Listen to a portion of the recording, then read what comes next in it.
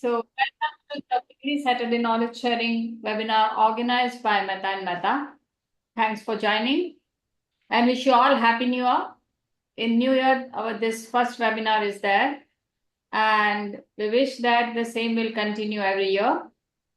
Today's topic is an insight into unpublished price-sensitive information, generally referred by CS professional as UPSI. And honestly, many outsider doesn't know, so I have made it full form and regulation 30 of LODR. Very close to the, all CS for especially the listed company. And it is like that unpublished price sensitive. It's like sensitive and it's actually sensitive topic. And that's why we have taken this specifically for everyone. Our presenter is Ms. Nayan Handa, fellow member of ICSI, and having expertise and track record in field of secretarial corporate law for total of 9 years of experience, with 7 years post-qualification and 2 years pre-qualification experience. She is very good in management skill, and she coordinates independently with various statutory authorities. It's also e-filing documents with MCA, and she is meticulous about her work. So also, I think she is a POS trainer and she heads our Delhi branch. Thank you, Nan, for presenting today. Friends, today our panelist, our own Mr. San. San has joined our webinar, I think, twice earlier. And we are fortunate again that he keeps on and he likes to be joined with us. That's our, privilege. Mr. San is a CS and accomplished professional with 24 years experience in compliance, legal, governance, and secretarial domain across various sectors, including consulting, manufacturing, IT, and financial services. He holds master's degree in law from Jindal Global Law School, fellow member of ICSI. He is also IP, insolvency professional. And friends, he has done this for knowledge purpose. Please note that it's so difficult exam. Many people think of giving when they want to practice, but he being in employment also has done this course parallelly to get acquainted. That shows his passion for knowledge of different nature. He holds postgraduate diploma in PGDBA in Finance and Management from Symbiosis, Pune. He is also an Indian Institute of Banking Certified Professional in NBFC Operations and a CII Certified CSR Professional.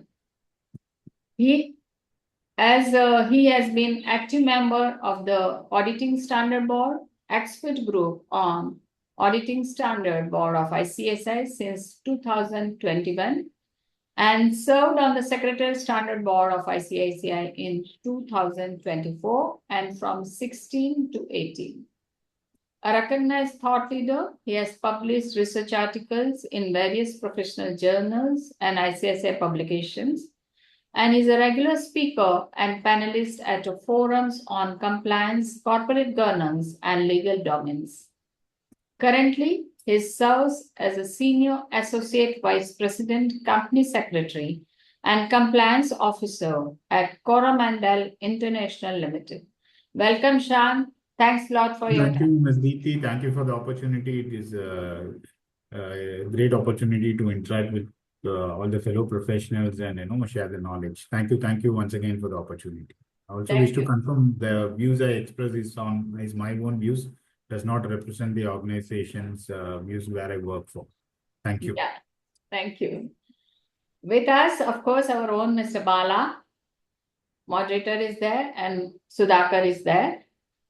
With this, I will just move it because the importance of topic, though CS knows, but I'll request Mr. Shan to say a few words on the topic, then Sudhakar and Mr. Bala, few words, and then you can start the presentation. Over to Yeah. Mr. Shan, please. Yeah, good morning to all. I see that there are about 158 participants and still, people are logging on. That shows, how significant and important is the topic which we have taken. As everybody may be aware, Regulation 30 and UPSI are, kind of very, very significant topics in the governance areas as well as, the compliance of it, which the regulators look at very keenly. As we all know, Regulation 30, which talks about various material events to be disclosed, material events or information to be disclosed by the companies to the stock exchanges. The point of difference between the UPSI and the Regulation 30 would be Regulation 30, not all material events can be price sensitive, but there are certain events or information which can be price sensitive. Whereas in case of UPSI, it is considered to materially affect the price of the securities. So that is one reason where SEBI has been constantly reviewing the definition of UPSI as well as the events covered under Regulation 30, so that the investors get the benefit of the flow of information promptly so that they can make the appropriate decisions in the while participating in the markets. And other point which we all need to be mindful with respect to Regulation 30 is that it covers a whole gamut of events or information touching across various functions and departments in the organization. So it is very, very important to have a proper dissemination of the requirements under the law as well as proper communication within the organization with all concerned so that the company can remain compliant at all times. Over to you, Ms. Deep. Yeah, Sudhakar. Thanks, Shan. Hi, good morning to everyone. Today's topic, of course, the importance of that, Deepti and Sean have already informed about it. But what I'm going to say about today is that the kind of how the profession is passing through, it is a very turbulent times, according to me. And as company secretaries, we need to shake ourselves up. We have to tighten our belts because the turbulent times are ahead. Because why I'm saying this thing is the profession of company secretaries got the deserved recognition in the Companies Act 2013 and Listing Regulations 2015, about almost a decade before. The people who were in service as company secretaries were recognized as key managerial personnel, and the people who are, I mean, the company secretaries who are in practice, they have been awarded this secretarial knowledge. These are the two great boons which are received by our fraternity, which were deserved since long. Ultimately, in 2013 and 2015, we got that kind of recognition. That point of time also, I used to say that the regulators have given the deserved recognition, and we have to rise to the occasion and we have to prove our mettle, which we could do it to a large extent. Now, further elevation to our profession has been given by the listing regulations. Again, same thing, both the company secretaries who are in service or who are in practice got the equal recognition. If the company secretaries are in service, you have to be the compliance officer. The compliance officer under the listing regulations can only be a qualified company secretary. He should be a key managerial personnel. He should be the reporting to the board directly, and he should be one level below the board. So this is actually always we used to have a problem that most of the times the company secretaries used to report to the CFOs or to the CEOs. The approach to the board, how much it is there, how much it is not there. Suppose if you approach the board directly, whether they will listen to you or they will not listen to you. They may say that, look, you are reporting to your CFO, why can't you approach him first? And then you come to me. Whereas now, as far as the listing regulations are concerned, about a couple of weeks before, we had a webinar on the amendments which have come. point of time also I said that as far as the listing regulation compliances are concerned, it is the responsibility of the company secretary to report to the board. At the same point of time, it is the responsibility of the board also to ensure the compliances through the company secretary. At the same point of time, if the company secretaries who are the secretarial auditors, now they are to be appointed like statutory auditors by the shareholders and not by the board only. Earlier, secretarial auditor was appointed by the board of directors, but the report was to be given to the shareholders under the MR 3. Whereas now the auditors, secretarial auditors are also to be appointed by the shareholders and for a period of 5 years. Again, the same thing here, we got that kind of a security that earlier the appointment of company secretaries was on year basis. There was a lot of hesitation, lot of compulsions, lot of difficulties were there. Because if I spell out in the audit reports, which are supposed to be spelled out, whether that client will appoint me next year as a secretarial auditor or not, that was always there in the back of the mind, which is true to a large extent. So whereas now the secretarial auditors can boldly, the way the statutory auditors qualify the reports wherever they have to, the same kind of boldness even the secretarial auditors too can exhibit. Because the appointment is not on year-to-year basis, but it is a term of 5 years, consecutive term of 5 years. So now the company secretaries can be bold enough. Wherever they have to qualify the report or wherever they have to express their observations, they can do it. But at the same point of time, as I was mentioning to you that the company secretaries got the recognition by the listing regulations as well as in the Companies Act also. At the same point of time, if you see the way the laws are changing day by day, if you see the regulation 30 itself, the kind of complexities, the kind of complications, whatever are there, understand this, it is not a simple thing.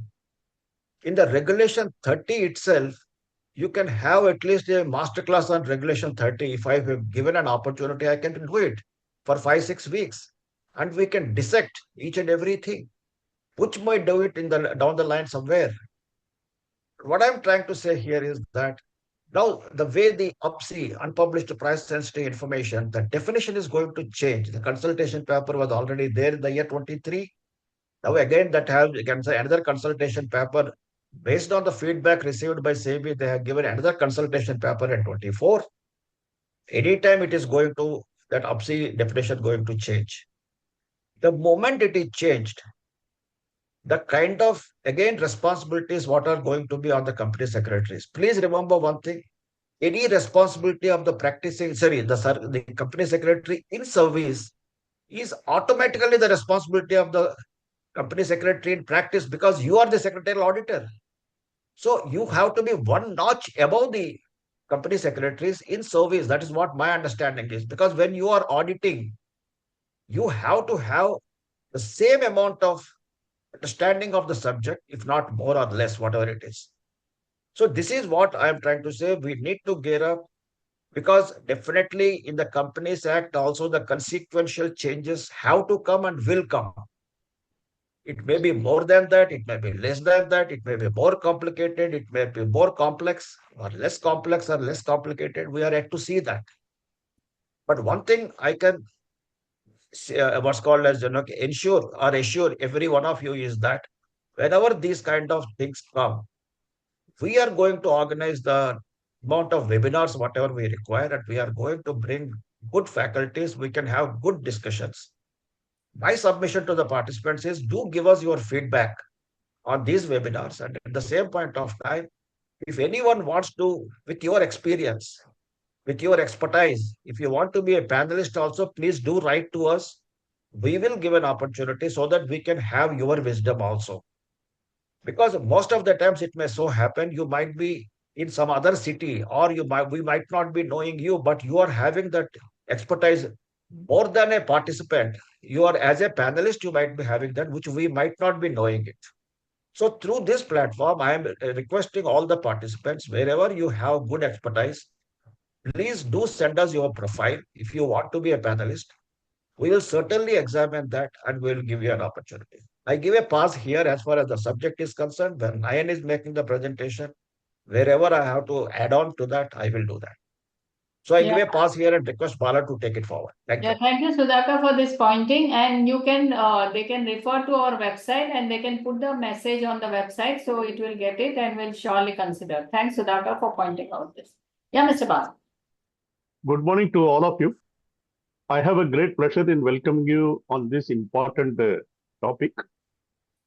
Our earlier panelists, both of them spoke well on that.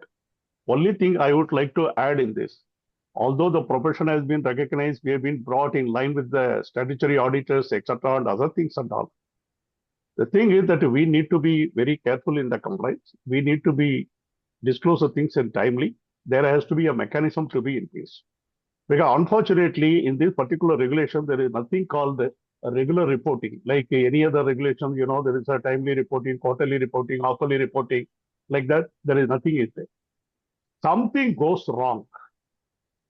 Any undue advantages, anything taken place, any unpublished price information leaked out, somebody gets advantages, then the investigation starts. When the investigation starts, if we are not kept our house in order, if we are not kept the record properly, if we are not recorded the things in place, everybody will come into the problem. There are n number of cases which are all there. You may be knowing it. It is already published in the SEBI website, and they have been taking up.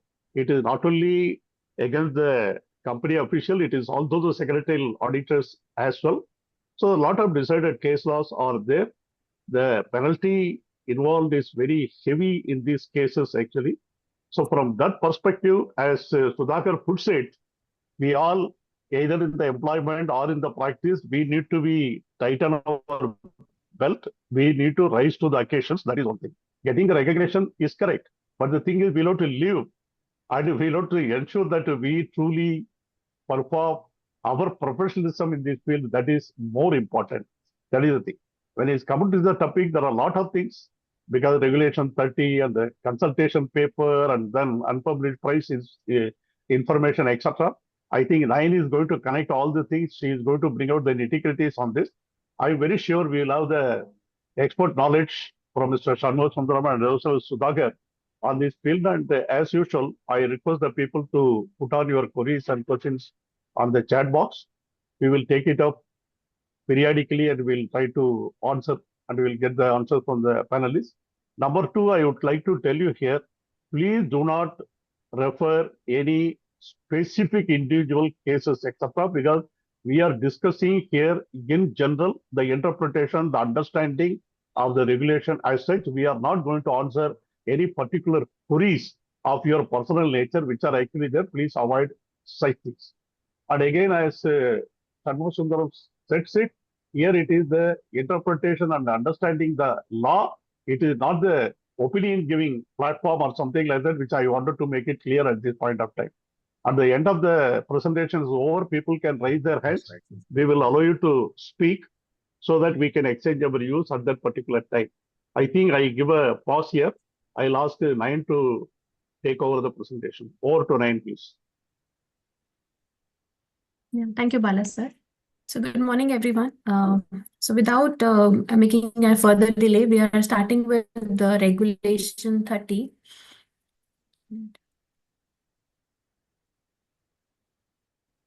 So there is a brief about the Regulation 30 for the SEBI LODR.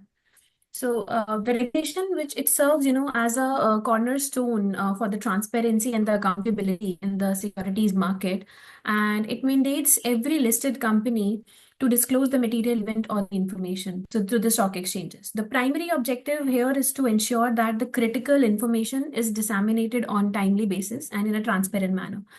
So which, it will enable all the investors and stakeholders to make the informed decisions. And here the regulation outlined the specific categories of the events and information that is required to be disclosed. And these are, detailed in Part A, Part B, Part C, D of Schedule 3, along with the regulations 34D, 37, Regulation 30, Subregulation 9, and 30, Subregulation 10. So why there is a need of Regulation 30 and why it is so important? So SEBI has, highlighted the need for this regulation in Regulation 4 of the SEBI LODR 2015. It outlines a clear expectation for the listed company entities to uphold the transparency and accountability. Firstly, the listed entities are required to provide the adequate and timely information. And secondly, they must refrain from misrepresentation and ensure that the information shared is not misleading. Finally, and any dissemination made under the provision of these regulations, including circulars, must be adequate, accurate, explicit, timely, and most importantly, presented in the understandable language. So these ensures that information is accessible and usable by the diverse audience, fostering the trust and confidence among the stakeholders. So Just applicability one of minute, Nayan, just go back to the previous slide. To the previous slide, Nayan.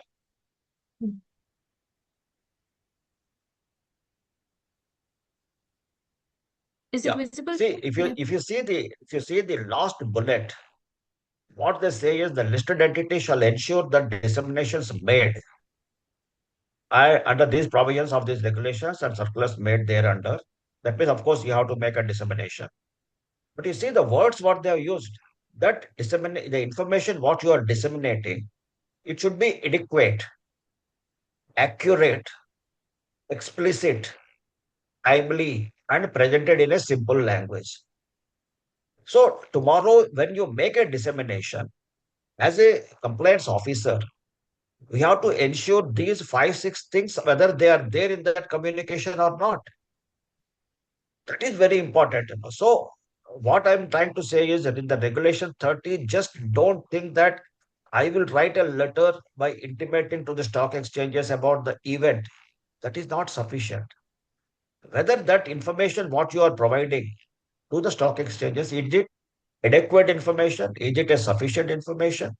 Is it an accurate information? Because tomorrow, if anybody questions that accuracy of that, as a compliance officer, we are answerable for that. Again, that information to be explicit enough. Of course, timelines anyway, it is provided that we will definitely take care of that. And finally, it should be presented in a simple language. So understanding of each word of this is equally important, apart from that, whatever the legalities are there. Yes, Nayan. To add to what Sudhakar has said, one has to be mindful of regulation 6(2)(c) as well, which talks about the obligations of the compliance officer. It specifically says the compliance officer has to ensure the correct procedures have been followed that would result in the adequacy and correctness, authenticity of the disclosure. This is specifically cast on the compliance officer. So be mindful of that requirement as well. That is applicable to any disclosure under the LODR. Sudhakar, when you said the timely, I recollect about 2 decades ago, there was a global company which was actually having the businesses in different countries. They have actually taken over another company which also having a global company, including in India. So what has happened is they have made an offer and by taking over in the globally, and somehow there in India, the open offer was made only after about 45 days here. Of course, everything went on through. But later on, somebody has found out he has actually lodged the case. The timely disclosure has not been made. We have been delayed about 45 days. So the open offer should have been with reference to that original date when it was made globally. That should be the date. This was a popular case which was there in the public domain also. And ultimately, what has happened is SEBI actually came very heavily. And ultimately, they worked to the difference. The difference amount has to be paid for all the Indian shareholders because timely disclosure was not there. It was a very popular case those days. So when you talk about the timely is important. Simultaneous, it is not only in the Indian context, it's also to all the stakeholders at global level.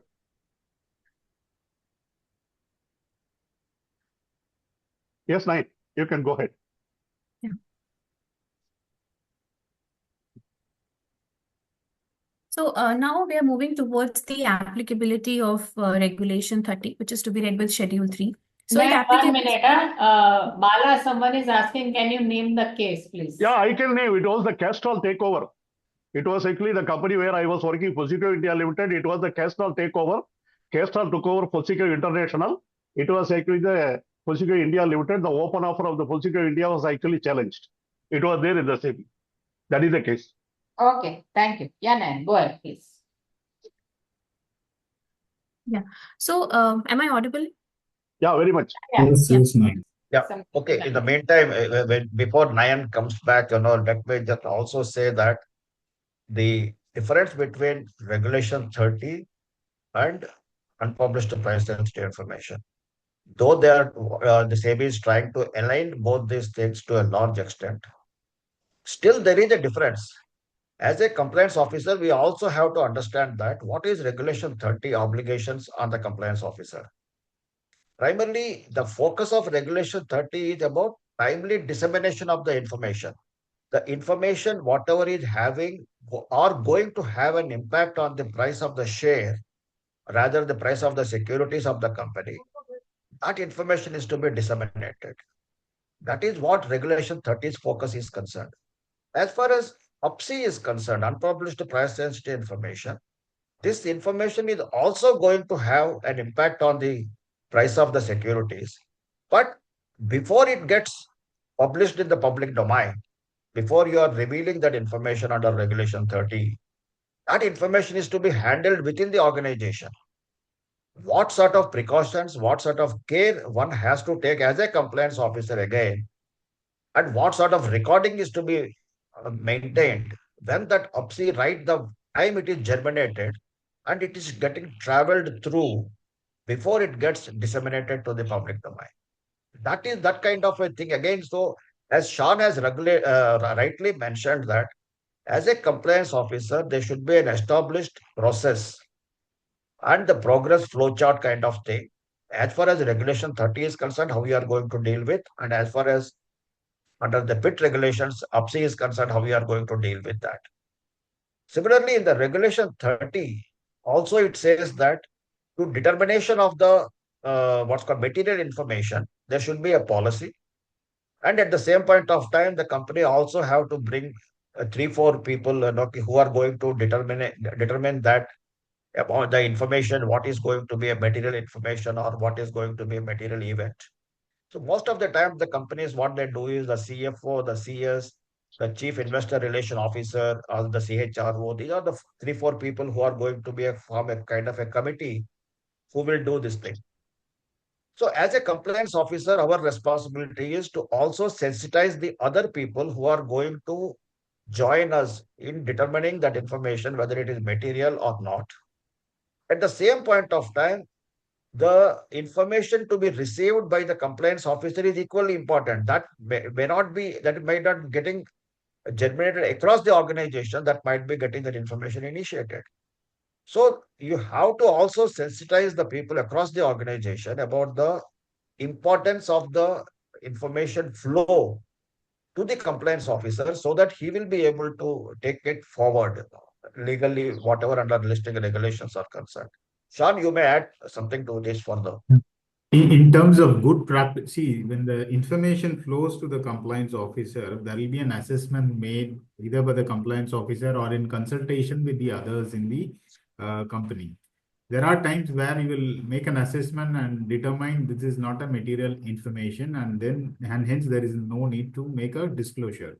So in all those cases, it will be in good order and it will be a good governance practice to record such details of assessment and also the final determination. This is not a material event or information and hence not required to be disclosed, and keep the board informed at least on a quarterly basis, a summary of such information. This is the information, this is what is the determination made. This is not required to be disclosed. This will be a good order, good practice to follow, so that if the board members feels that it is material, for example, one of the sub-regulation in Regulation 30 says, even if the information or event is not listed in Regulation 30 Part A or Part B, but if in the opinion of the board, if it is material, you will have to disclose. So these events or information which the management may decide as not material, it will be a good practice to record it and provide it to the board at least on a quarterly basis. So they can also have a look at it. In case they have a different view, they can always tell you, so that you can always be on the right side of the law. Especially, sorry, Bala, just 1 minute. I will add one thing to what Sean has said. See, para B of part A. See, para A of part A, anyway, it is mandatory disclosure to a large extent. Without We don't need to materiality. apply our mind. Whereas question comes in para B. I'll give an example. In para B, there is an event like strike or lockout. Okay, so just I will take 1 more minute so that Nayan can start again. And Nayan, in the meantime, you can share your screen so that those logistics you can work it out. So what I'm trying to say is this: suppose, for example, in an organization, a strike has been started. The union has given a notice. By these are our demands. If you accede, it is fine. Otherwise, from tomorrow, I'm going, or from day after tomorrow, or from down the line a week, we are going to start a strike. So when you are going to take it that material information or material event, when you received the notice, or when the strike is started, or when the strike is progressing. So this is not a simple thing.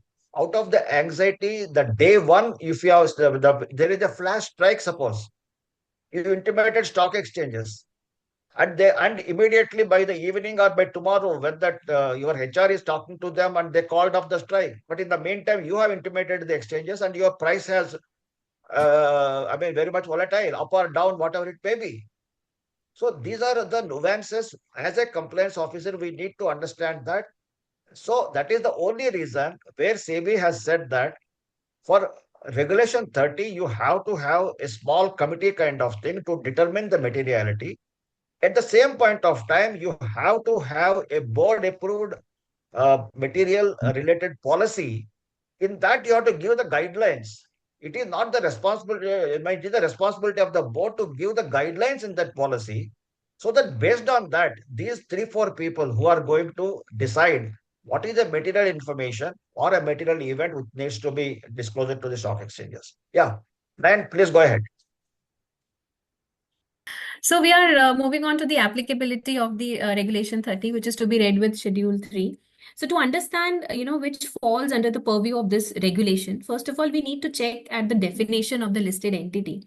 So with this is already given under Sub-Regulation 1, Clause P. According to this definition, a listed entity refers to an activity that has, listed its designated securities and on a recognized stock exchange. So these securities could either be issued directly to the entity or issued under the scheme which is managed by it. So this in align with the listing agreement which is entered between the entity and the stock exchanges. So regulation 30, applies to the various categories of the listed entities. So I'm just giving you the brief about that could be the categories of. So first of all, we have all the listed entities. So here the words entity covers all the listed companies, debt listed companies and debt listed entities as well, which are, listed on the main board, small SMEs platform and the institutional trading platform. So next, there are the equity listed companies. So these entities whose equity shares are traded on the recognized exchanges, so they must disclose the material events that could, impact the investor's decision. So there are few debt listed entities which have their bonds, debentures, and they have to disclose the interest payment, record dates, change in ratings, change in trustees. So these are the few information that debt.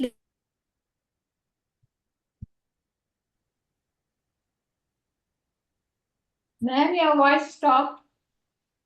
Yeah, seems to be some problem again. So is it audible, ma'am? Yeah, now okay. Yeah. Now okay. Yes, now.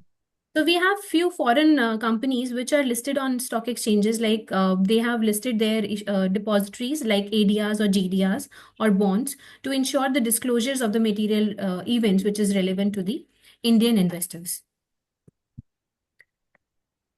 There So is now, somebody is asking a question. Bala, Whether- wait, yeah. 1 minute. Let Nayan go for some time, because her this thing is not the connectivity is not good. So let the flow go there, and then we will take up the questions in between. Okay. Okay. So kindly bear with me. Yes, so Nayan. Oh. now the question arises about the materiality. What is material? So which is always very difficult to answer, and this with the precision thought. So but it is always mentioned in the statutes. So materiality here we can refer to something which is significant or important enough to influence a decision. So whether it is in a legal context, financial, or other fields, the materiality highlights the aspects that cannot be ignored when making a judgment or the decisions. Under Regulation 30 of the SEBI LODR, there are some events which are specified in Para A of Part A of Schedule 3, which are deemed to be material events. So they have already specified it. And in another Part B of Schedule 3, so they have material events which is applying after the guidelines given in the Regulation 30 Sub-Regulation 4, which we are going to discuss in a further slides. And third is like all events that are in opinion in the board of directors are material. And for this, to take the decision what information is material, so the board has to take a decision on it. So just for a general, we can say there are, three characteristics of materiality which can be understood here. Like first is relevance. We have to see the information which is we are having, is it directly connected to the issue at hand or not, whether it is quite relevant to be disclosed or not. And second, we have to check the prince characteristic, like what is going to be the impact. It has to be the potential to affect the outcome of the information, and then we have to check the consequences. So ignoring, like if we are ignoring some information to be disclosed to the stock exchanges, what implication it's going to have on the company. So there are three characteristics which we have covered here to help management to take a decision about the relevance, whether the information is relevant or not, the impact is going to have on the company, and third is the consequences. So these three characteristics can be taken while taking the decision. So here, only thing, from this slide itself, what Nayan was trying to say, the relevance of the information, the impact of the information, and the consequences of the information. These are the three characteristics. Very beautifully, she has brought it out. At the same point of time, even when we say that Part A, Para A of Part A, all are mandatory. But though it is mandatory, again, when you are disseminating that information, we have to see that 5-6 words, what is there, the adequacy, the accuracy, and the timeliness, blah, blah, blah. These are to be taken care. So, Nayan, you are there? So, this is very important. So, even if it is mandatory, that doesn't mean that our life is easy there. Our life is easy only to that extent, whether I don't need to question myself to whether to what's called disclose the information to the stock exchanges. Only to that extent my life is simple. But if you see that Para A of Part A, it is becoming quite complex of late. In fact, for the last 5-6 amendments, if you see in the Regulation 30, these are not simple things, that initially within 30 minutes you have to inform. Then they brought a concept of within 12 hours you have to inform.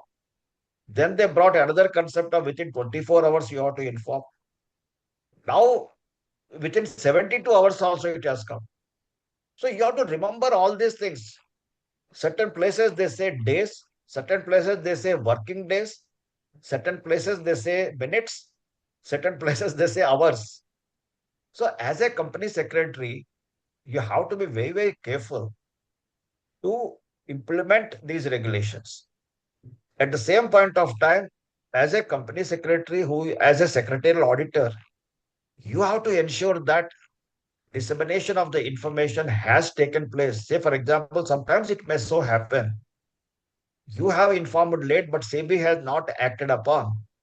But that doesn't mean it is a compliance. As a secretarial auditor, you have to definitely see these things, whether that information has been disseminated timely or not. Now the question comes, how I will be able to do it? So as a secretarial auditor, you have to have your own ways and means to also find out at what stage the information has been disseminated, whether the dissemination has taken place as per the regulations.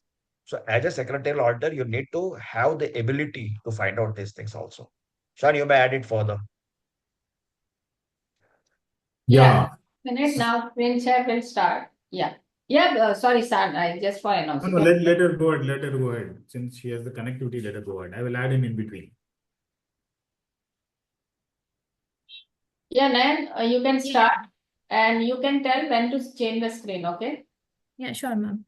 So we are working now, having an overview of Regulation 30 and its key provisions. Regulation 30 is, titled the disclosure of events or the informations, and it provides a detailed guidance on how the type of disclosures that the listed entities must make. So let's, break down. Now the the Regulation 30 sub-regulation 1 states that every listed entity must disclose any events or information that, in the opinion of the board of director, is deemed material. And this highlights the board's responsibility to access the materiality very carefully. In sub-regulation 2 of 30 outlines the two categories of the event. Event listed in para A of part A, schedule 3 are considered the deemed material, which is considered, which with disclosure of these events are mandatory without any further assessment of the materiality. And regulation 30 sub-regulation 3 listed the event in para B of part A. So these require the additional step here. So the listed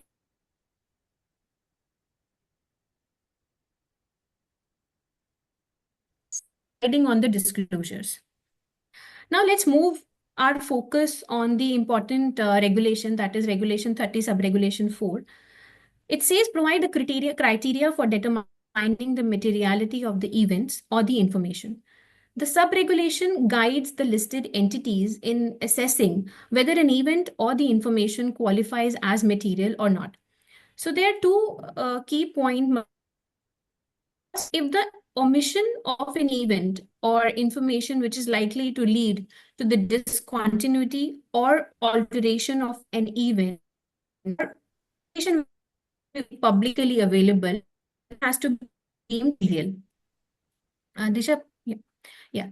In omission of an event or information which is likely to trigger a significant market reaction discovered at a later date, it also qualifies.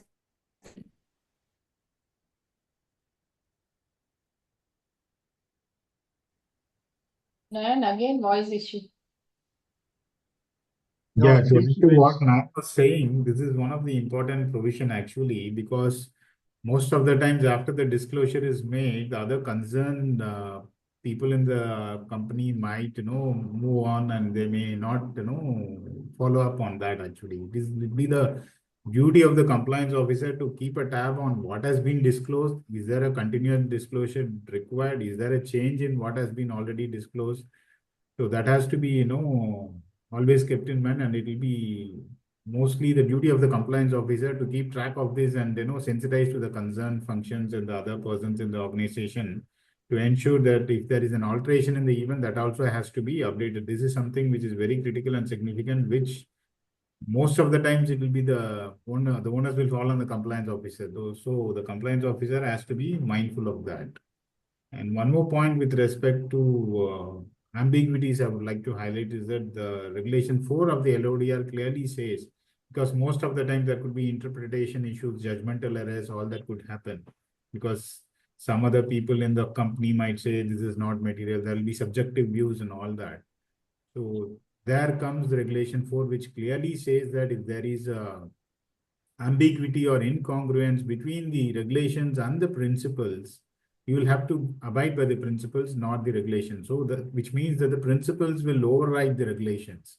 So you cannot strictly try to fit some event or information exactly in a regulation and see. If that is not possible, then you will have to go by the principles, which talks about the shareholder rights, the transparency, disclosure requirements, and all that.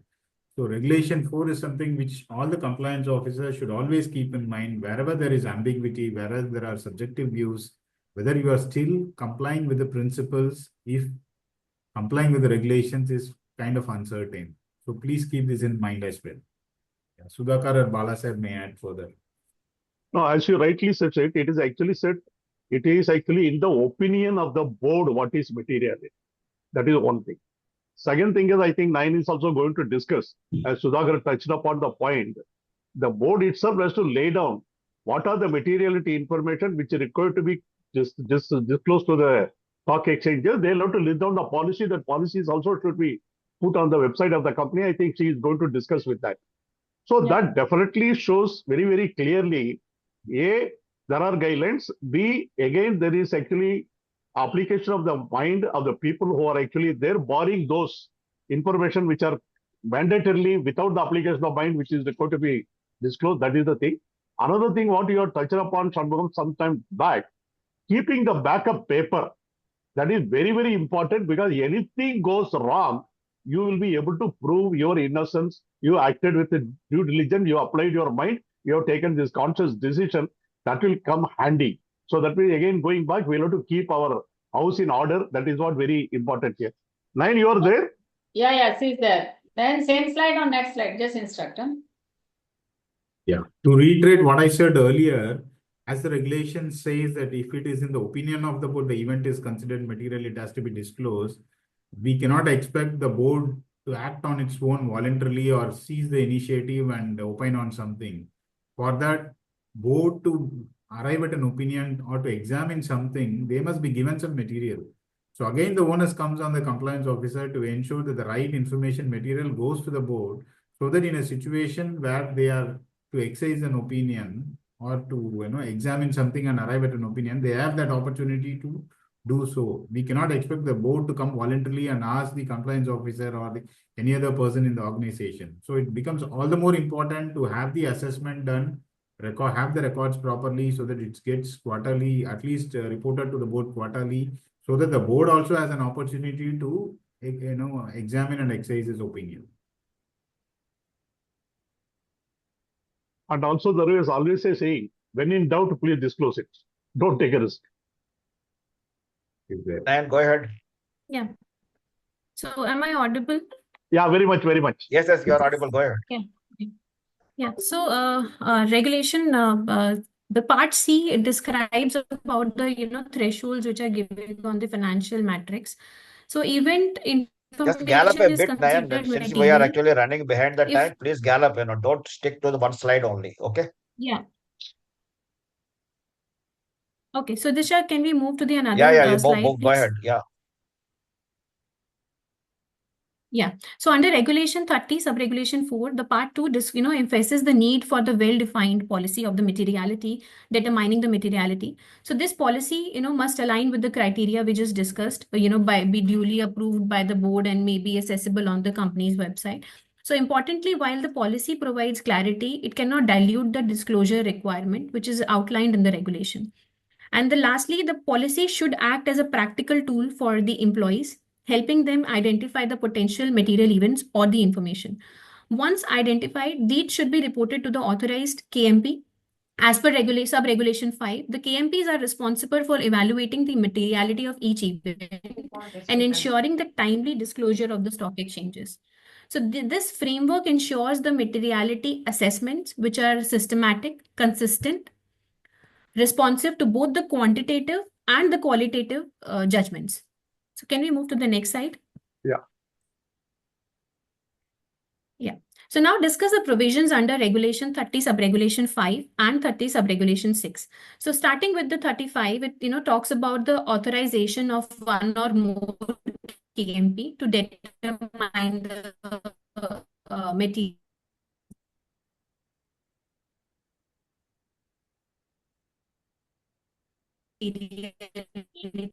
of event and information.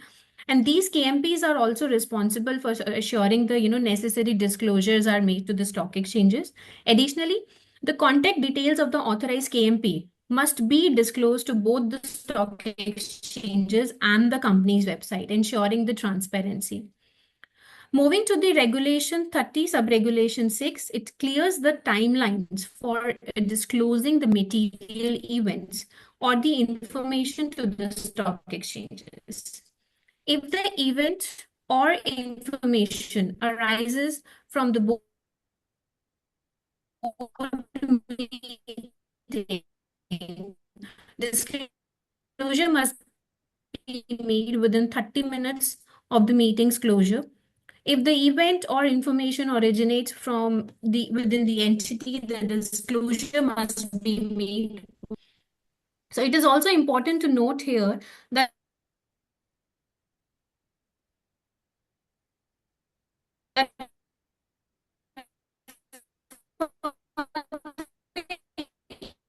events which are specified in Part A, Schedule 3, the disclosures must, adhere to the specific timelines which are mentioned here. And finally, there is any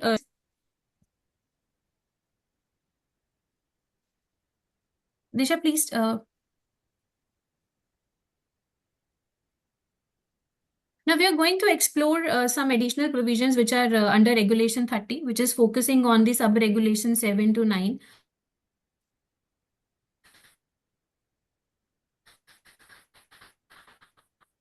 To Under clarify Regulation on 30, sub-regulation 7, the listed entities are required to provide the regular updates on the material developments which are related to the disclosed events. Material events. And Yeah. please stop. Your voice Yeah. is not coming properly. Khadija, another partner Okay. from Mehta is taking over now. Okay, from this slide. So it is better to go to the previous slide from there to start. Yeah. And Khadija, please go quickly. Don't read every word, and okay, you have to just say the essence of that particular clause. Okay, then we can add them wherever it is required. Yeah, go ahead, Khadija.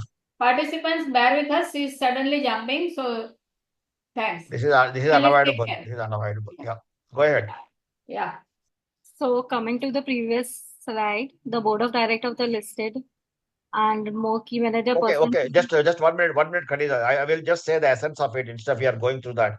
See, Okay. primarily what is important for us to understand here is that, which I was mentioning to you, the intimation to the stock exchanges, the timelines have been given here.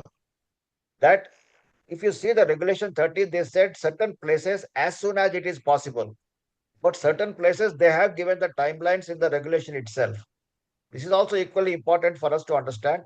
Certain events, which they have already given it in that is within 30 minutes of the conclusion of the board meeting, it is to be given. There are certain events which are emanating within, that means other than that events which have been given, which are to be disclosed within 30 minutes. If that event is emanated within the organization, then you have a 12 hours window.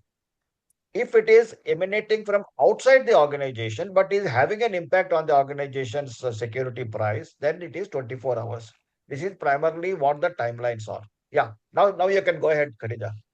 point here, one has to be very mindful of these timelines, especially this 30 minutes. If there is going to be any other item, please ensure that you know that well in advance. There is no surprise, any other item brought in by some senior management employee, so that it doesn't trigger any disclosure, because sometimes you will have to work upon the disclosure in terms of detailing and all that. That 30 minutes, you will miss it. The other one is 12 hours.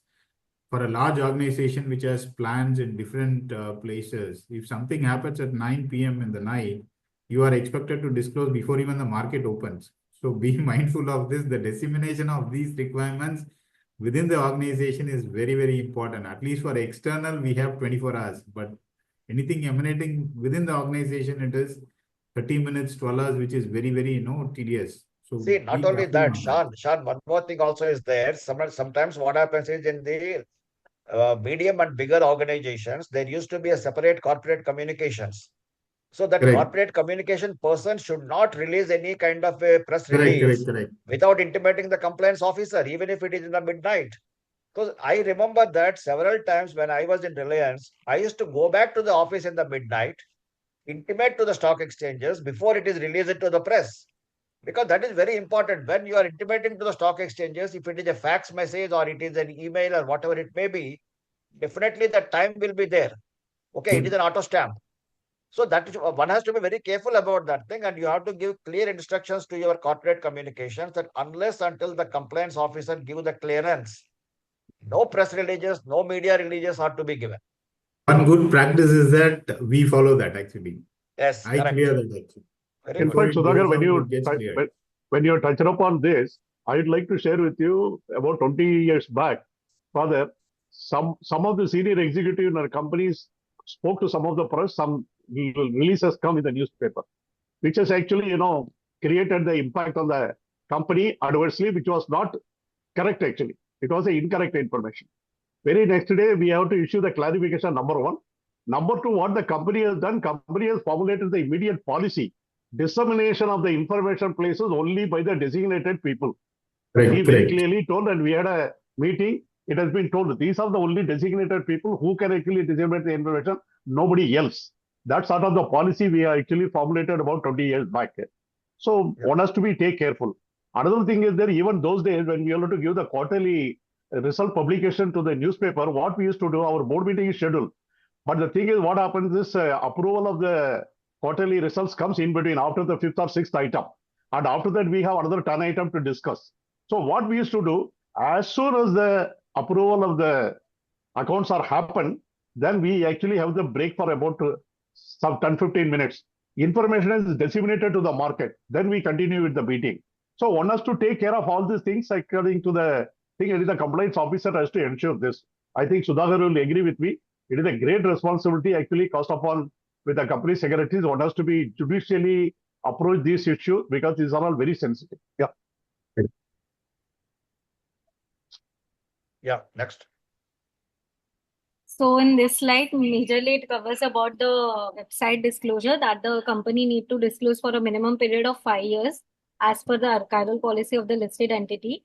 And the disclosure and event or information with respect to subsidiaries which are material for the listed entity.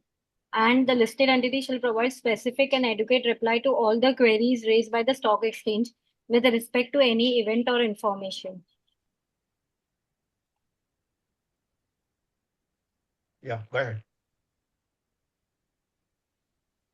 Shall I proceed to next slide? Yeah, go ahead, Yeah, go yeah. ahead. Go Don't waste ahead. time, John, they will Khadija. stop you. Okay.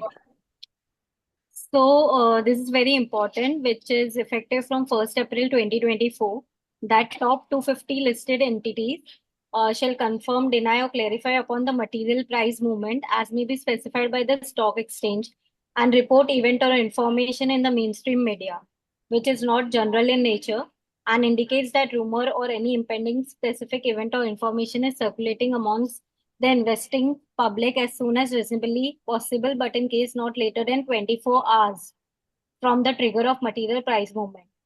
And further, the information or event need to be reported about the current stage of the event.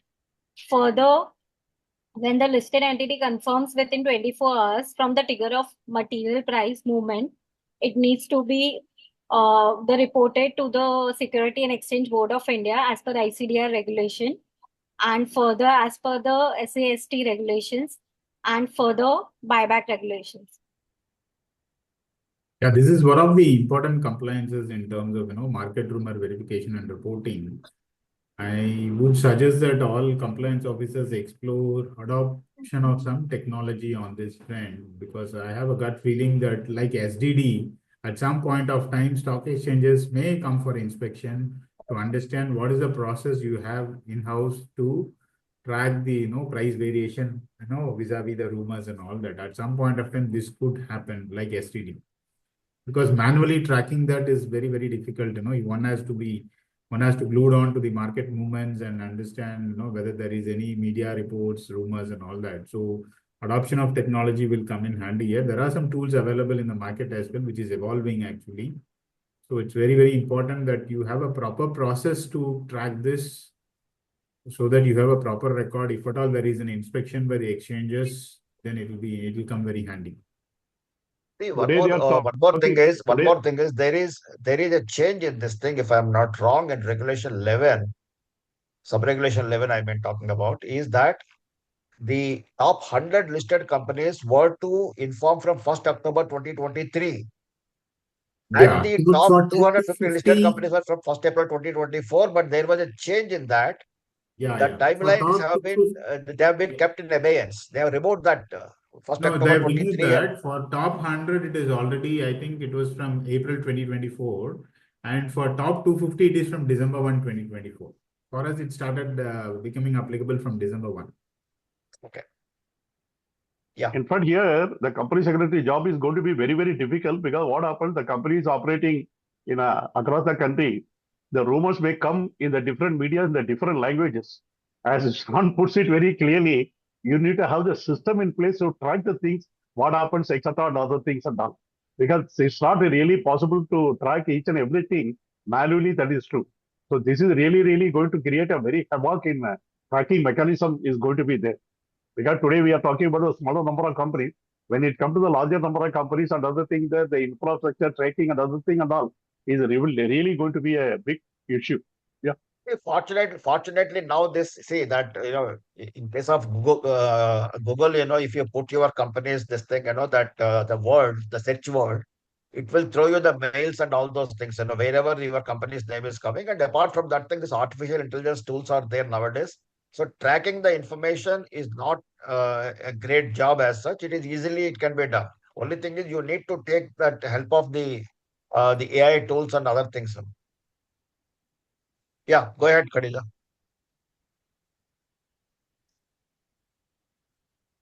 So here we will discuss on the proposed framework for material price movement. And the material price movement in the securities may be determined based on the two parameters, that is price range on the security of the listed entity and movement in the benchmark index, Nifty and Sensex. So for price range of security of the listed entity, a small percentage variation in the price will lead to a higher price variation in absolute term. For movement in benchmark index, in order to factor in market dynamics, the price variation in the security of listed entity may be indexed to movement in Nifty and Sensex. Okay. Now further proposed limit for material price movement is discussed in this. In case benchmark index movement is given greater than 1% and less than 1, price range of the scrip percentage variation in the scrip will be as follows. If rupees is 099.95, then the percentage variation in scrip price will be greater than or equal to 5. If it is rupees 100 or 199.95, it will be greater than or equal to 4. If it is rupees 200 and above, it will be greater than or equal to 3. Now, in case of benchmark index movement is greater than 1, then the price range and percentage will be as follows. If it is rupees 099.95, it will be greater than or equal to 5 plus percentage change in benchmark index or bandwidth. If it is 100 or 119.95, it will be greater than or equal to 4 plus percentage change in benchmark index or bandwidth. If it is rupees 200,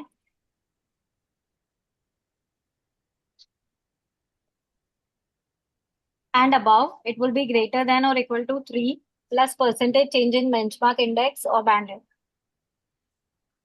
So the point to note here is that if there is an index movement as well as the price movement, your share price hitting the having the material price movement is a little later. So as long as the index also moves along with your share price, it's a little comfort. If the index does not move, only your share price moves, the chances of you hitting the MPM is much earlier. So in case benchmark index movement is less than 1%, then the variation. Okay, that is fine. I think Khadija, go ahead Yes, further. sir. This is okay. Okay. This is okay. Yeah.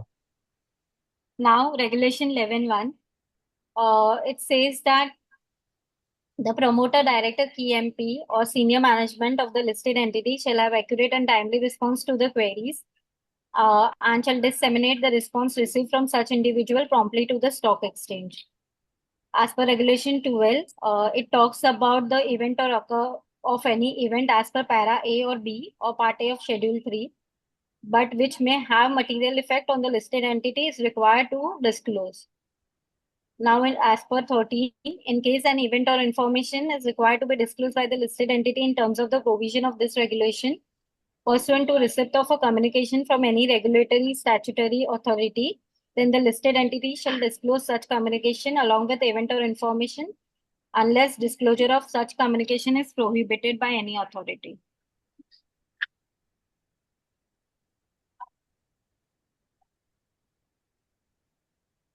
Now, what Schedule 3, Part A, Para A says, it specifies certain event that is to be disclosed by the listed entity and without application of materiality as given under Regulation 30, Sub-Regulation 4.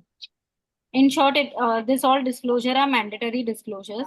So for better understanding, we will proceed. The omission of an event or information whose value or the expected impact in terms of value exceed the lower of the following. 2% of turnover as per the audited consolidated financial statement of the listed entity.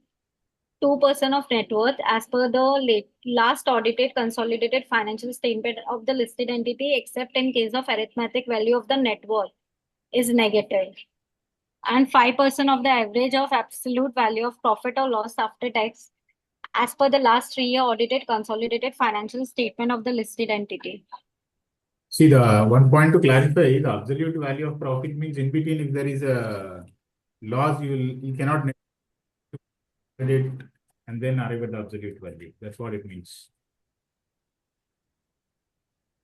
Yeah, Now, go ahead. we'll deal with acquisition, the disclosure as per para A of part A. Acquisition here includes agreement to acquire, scheme of arrangement, any sale or disposal of any unit, division, or whole or substantially the whole of the undertaking, sale or stake in associate company of listed entity that need to be disclosed. Now, acquisition, what is the meaning of acquisition? Acquiring control, whether directly or indirectly, or acquiring or agreement to acquire share or voting right in a company, whether existing or to be incorporated. The listed entity holds share or the voting right aggregating to 5% or more of the share of the voting right in the said company, or there has been a change in the holding from the last disclosure of clause 2 of the explanation to this subpara, and such change exceeds 2% of the total shareholding or voting right in the said company. Or the cost or acquisition or the price which on which the shares are acquired exceed the threshold value.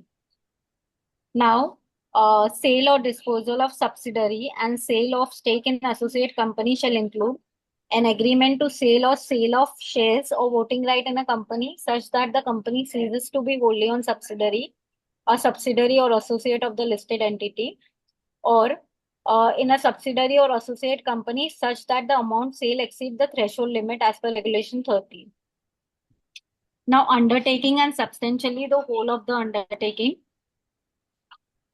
It is having the same meaning as per the Companies Act, Section 180. I think, Sean, in case of acquisition, now that 5% limit has been increased to 20%. Am I correct? So thresholds have been increased by the December Yeah, threshold has been amendments. increased from 5% to 20%. But Yeah. as far as the intimations, like every increase of 2%, that is to be intimated. Yeah, that is there. And one more point of difference between acquisition and disposal is that in case of acquisition, even when you enter into an agreement to acquire itself, you need to disclose as long as it meets the threshold. There is no need to wait till the consummation of the transaction per se. Whereas in case of sale or disposal, only on the actual sale or disposal, you will end up disclosing. That differentiation one has to be mindful. Yeah. Okay. So here we deal with various agreement also. That is shareholder agreement, joint venture, any family settlement agreement, any treaty contract which are binding or not in the normal course, revision, amendment in any termination of the agreement that need to be disclosed. As per para 5 of part A. One point here, because of the onerous kind of compliances which is being spelled out here, for that reason only there has been an amendment in the December notification that the promoters, KMPs and other officials of the company are obligated to promptly inform to the company what they are obligated to do. That is only to enable that the compliance officer is able to get the flow of information so that he can comply with all these requirements. So that point also probably at some point of time, the compliance officer has to notify to the concerned people such as promoters and other functionaries in the organization. So in fact, that is the reason, Sean, I always tell several times, that the days have gone where the compliance officer in isolation used to be able to ensure the compliances. Yeah. Now the way the regulations have been developed and further getting developed, it is the company secretary or the compliance officer in isolation, they cannot comply with. Correct. There are n number of things you can say, whether it is CSR, whether it is implementation of Companies Act or listing regulations and all. So it is the responsibility of the compliance officer to sensitize the promoters, the KMPs, the senior managerial personnel, all the concerned people across the organization.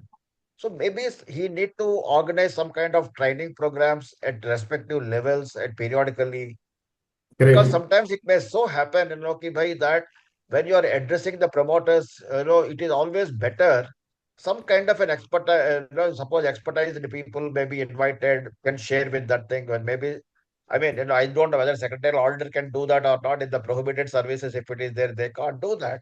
Always some kind of a consultants or something they can be invited, so that the sensitization across the organization is paramount of importance. Correct. Yeah. Not Yes, only that, Kanina. Shanu Sundara, when you actually said the promoter, because what happens is that when it is a family settlement, what is there nothing to do with that? They keep quiet, they don't inform. But the impact has to be assessed. From that perspective, as Sudhakar puts it very clearly, we need to actually keep them educated. Look here, it may be so, it may be your family settlement.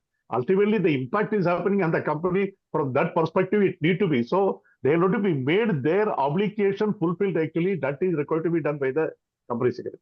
Because sometimes it happens that way. See, because the family agreement may change in the control, it may lead to change in the control. Say, for example, Correct. if the patriarch is having the controlling interest, in suppose 4 or 5 companies, now after him, he is deciding there is an agreement entered into that his 3 children will be handling XYZ companies. Obviously, the controlling interest, I mean, the control is going to get changed. So Yeah, that is you're definitely the market perception may be different.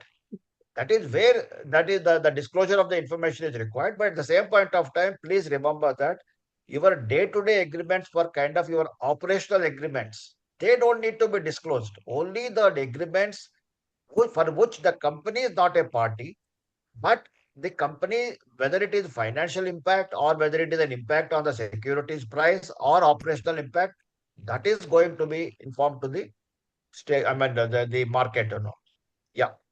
Some of the good practices I would say in this regard is to uh, constantly or consistently send some mailers or flyers, a one-pager kind of thing to the concerned stakeholders within the organization, and as well as conduct some sessions to the relevant people once in a quarter or once in 2 months. What is most relevant to the audience. Don't dump them with all the regulatory aspects, they will not be interested. What is relevant to their scope of work and which is in alignment with the disclosure requirements, you take a session for those areas. And also, rope in external experts, so that that kind of insights can also come into the company, come into the organization. So all these will ensure that. Second thing is, Sean, what happens sometimes, I have observed that most of the time the company secretaries quote the rules to the management. The person who don't have the legal mindset, he will not appreciate the moment you show the rule book, he gets cheesed off. Whether it is a promoter, whether it is a CEO and all who are technical people, they might not be able to Correct. appreciate this. What you need to do is you have to explain the rationale for that. Say, for Correct. example, a family agreement, if you tell the promoter, which is a very sensitive matter, he will not appreciate at all. So it is the responsibility of the compliance officer to what's called as sensitize the promoter under what circumstances, what is the objective of the dissemination of the information to the stock exchanges or to the regulators. And at the same point of time, you don't need to intimate A to Z. You have to intimate only the crux. Correct. So it is the responsibility of the compliance officer to understand what exactly is to be intimated. And when you are sensitizing your promoter or whoever the people there, look, this is what we have to intimate to the exchanges. It may be one paragraph, it may be one liner, two liner, whatever it may be. The objective of that dissemination of the information, the compliance officer has to understand, and he should be able to exhibit that to the other people who are concerned with. Correct. Otherwise, what will happen is, say, for example, the CFO, sometimes he may say that if he is entering into some kind of a private equity agreement, and you say that, look, I have to intimate this thing, and he will say, he cannot simply say, okay, you intimate it. You have to say Will that always be because of challenged. these Why? reasons, because of this, I have to intimate. This is what we may be able to intimate. Some kind of, you should be ready with Correct. Correct. even that paragraph also, even the draft paragraph or draft letter, what you are going to communicate. So then what will happen is he will have a comfort. that CFO or the CEO or whoever is concerned, they will have a comfort. Okay, yeah, okay, this much only information now you want to disseminate. Okay, go ahead. Without doing that homework, if you just go and say that, look, I have to intimate it as per regulation 30 and all, they said to hell with your regulation 30. Am I correct, Sean? Correct, correct. Your communication has to be in a very simple and precise, easily understandable language to the internal stakeholders. And you will have to tell them the objective of the disclosure, and you will also subtly tell them the consequences of non-disclosure. If you put this in the right perspective, you will receive all the cooperation and understanding. Otherwise, if you are just simply quote the rule book, if you're going to simply quote the rule book, there will always be a pushback. Shanmugam, some or other, we are all in the legalistic mindset.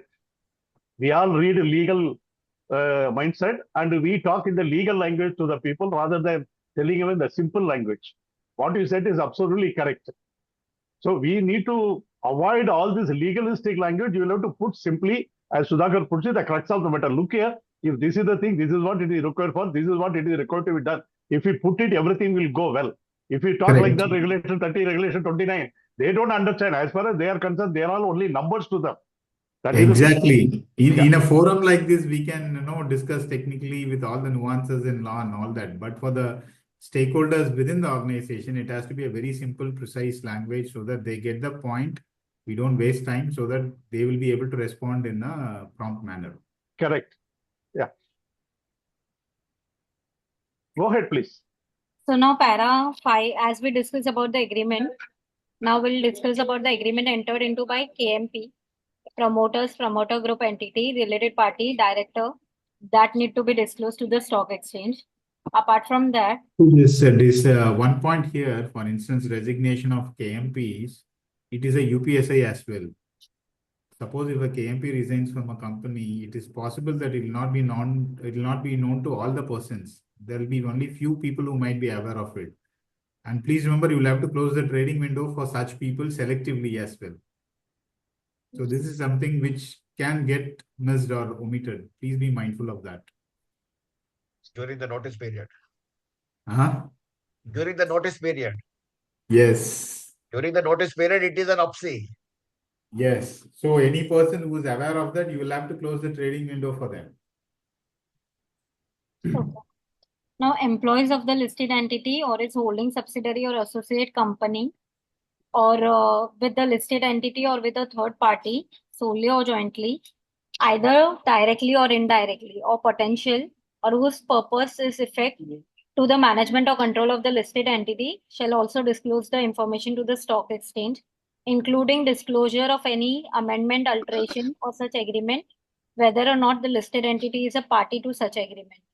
Now there is a proviso which says that listed entity in the normal course of business shall not be required to be disclosed unless they either directly or indirectly or potentially impact the management or control of the listed entity, or they are required to be disclosed in terms of any other provision of the regulation. Now explanation to this, the term directly or indirectly includes agreement creating obligation on the parties to such agreement to ensure that listed entities shall or shall not act in a particular manner. Okay, next. Now, para 6 of part A deal with fraud and arrest.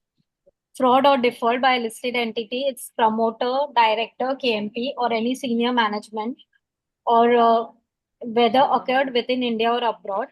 The fraud now definition of the fraud is defined over here, that fraud shall include fraud as defined under Regulation 21C of Security and Exchange Board of India, prohibition of fraudulent and unfair trade practice relating to security market regulation 2003. Default shall mean non-payment of the interest or principal amount in full on the date when the debt has become due and payable. Now explanation to the same. In case any revolving facility like fresh cash credit, an entity will be considered to be in default if the outstanding balance remains continuously in excess of the sanction limit. Okay, just cut it up 1 minute. Okay, this slide is fine. So what I'm here, we have to observe is one very important thing is whenever there is a fraud committed by any of these people, that information is to be disseminated to the market. But please remember that certain frauds the statutory auditors are under obligation within 1 crore to inform to the audit committee, and over the 1 crore they have to inform to the central government. Similarly, it is also the responsibility of the internal auditors to also to report in their internal audit report this fraud. So these are to be in alignment with each other. It should not happen that the compliance officer is intimating about a fraud to the stock exchanges, but ultimately that statutory auditor is not in line with that, or statutory auditor is doing something else and all. So some kind of alignment is very much required. So you have to take all the people into confidence whenever you are doing it. It may be similarly the CFO is to be there in that, whether this fraud has come to the notice through any whistleblower mechanism or through the internal audit mechanism. So these are very important. Okay, please just don't rush up to the about the regulation 30 intimation to the stock exchanges. But again, the same thing. You need to have again a process in place that whenever this kind of events happen, how you are going to intimate to the exchanges. Sean, you may add it further. Yeah, as rightly said by Sudhakar, the compliance officer cannot work in isolation. You will have to ensure that you engage with the concerned stakeholders, all of us are aligned, and then only the adequate and proper disclosures are made. Otherwise, you end up disclosing without taking into confidence or without aligning with the other stakeholders, and there is some subjective views or there is some inconsistency in that, there'll be a problem. To give you an example, I always ensure I go through the notes to the financial statements and ensure that it is in line with what I have disclosed as a material event or disclosure, because auditors sometimes they want to put something in the footnote.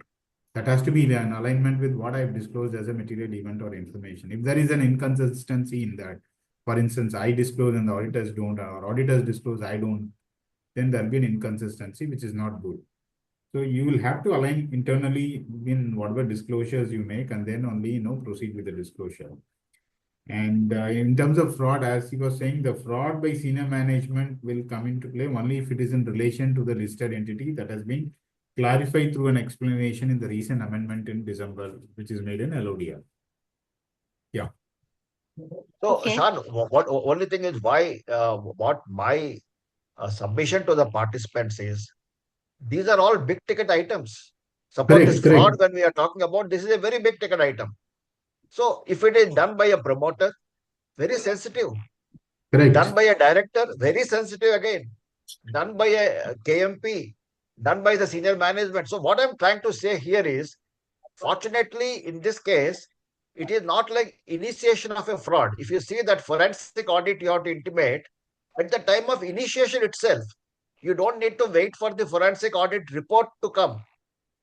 There, the wording is initiation of forensic audit is to be intimated. Whereas in case of Right. fraud, that kind of wording is not there. So you don't need to say the moment there is a whistleblower say about the fraud, or a kind of a suspicion is there, you don't need to intimate. You have to come to some kind of a decent conclusion where some fraud has happened. Now the question comes, at what stage I have to intimate to the exchanges? When completely it is concluded that fraud has happened, the quantum of happened and all those things, answer may not be so. You may not even come to the quantum of the fraud, but you are convinced that fraud has happened, and it is again a judgmental issue at what time you have to intimate to the exchanges. That committee of the people, they have to decide that. But in this case, what happened is, it is a mandatory requirement, no doubt about it. But what time? Mandatory, yes, you have to inform to the exchanges. But when? It is a question mark. Yeah. So Now, maybe here, if I am there, I will say that better to have a process as far as this kind of a identification of the fraud. If that event comes, how I am going to face it. See, according to me, Shan, if you are correct me if I am wrong, there are some areas like market rumors, frauds, and your agreements. These are the big ticket items. When the event happens, you cannot scratch your head how I have to go about. You have to have proper processes in place. The moment this happens, this is how I have to proceed further. And that processes, or you can say that SOPs or whatever we may call it as, and all the stakeholders, whoever are there, they need to be sensitized timely, so that the moment the event gets triggered, SOP is also to be triggered simultaneously. So people should not get panicked, because if it is not there, what will happen? There will be a panic situation. If I don't intimate compliance officer, I am responsible for this thing. And that point of time, you go to somebody and you say, sir, I have to inform this thing. He will say, yeah, what nonsense, why I have to inform this? This is going to have a big impact on my credit rating. See, CFO will always worried about his credit rating. The moment you intimate something to the stock exchanges, forget about the stock price and all those things. Even your credit rating is going to get affected. And he is most worried about that, because the moment your credit rating gets affected, your bank financing and other things also will have that, the consequential impact will be there. So one need to be very careful for this thing. Better to have SOPs for all these big ticket items in place in advance. Yeah.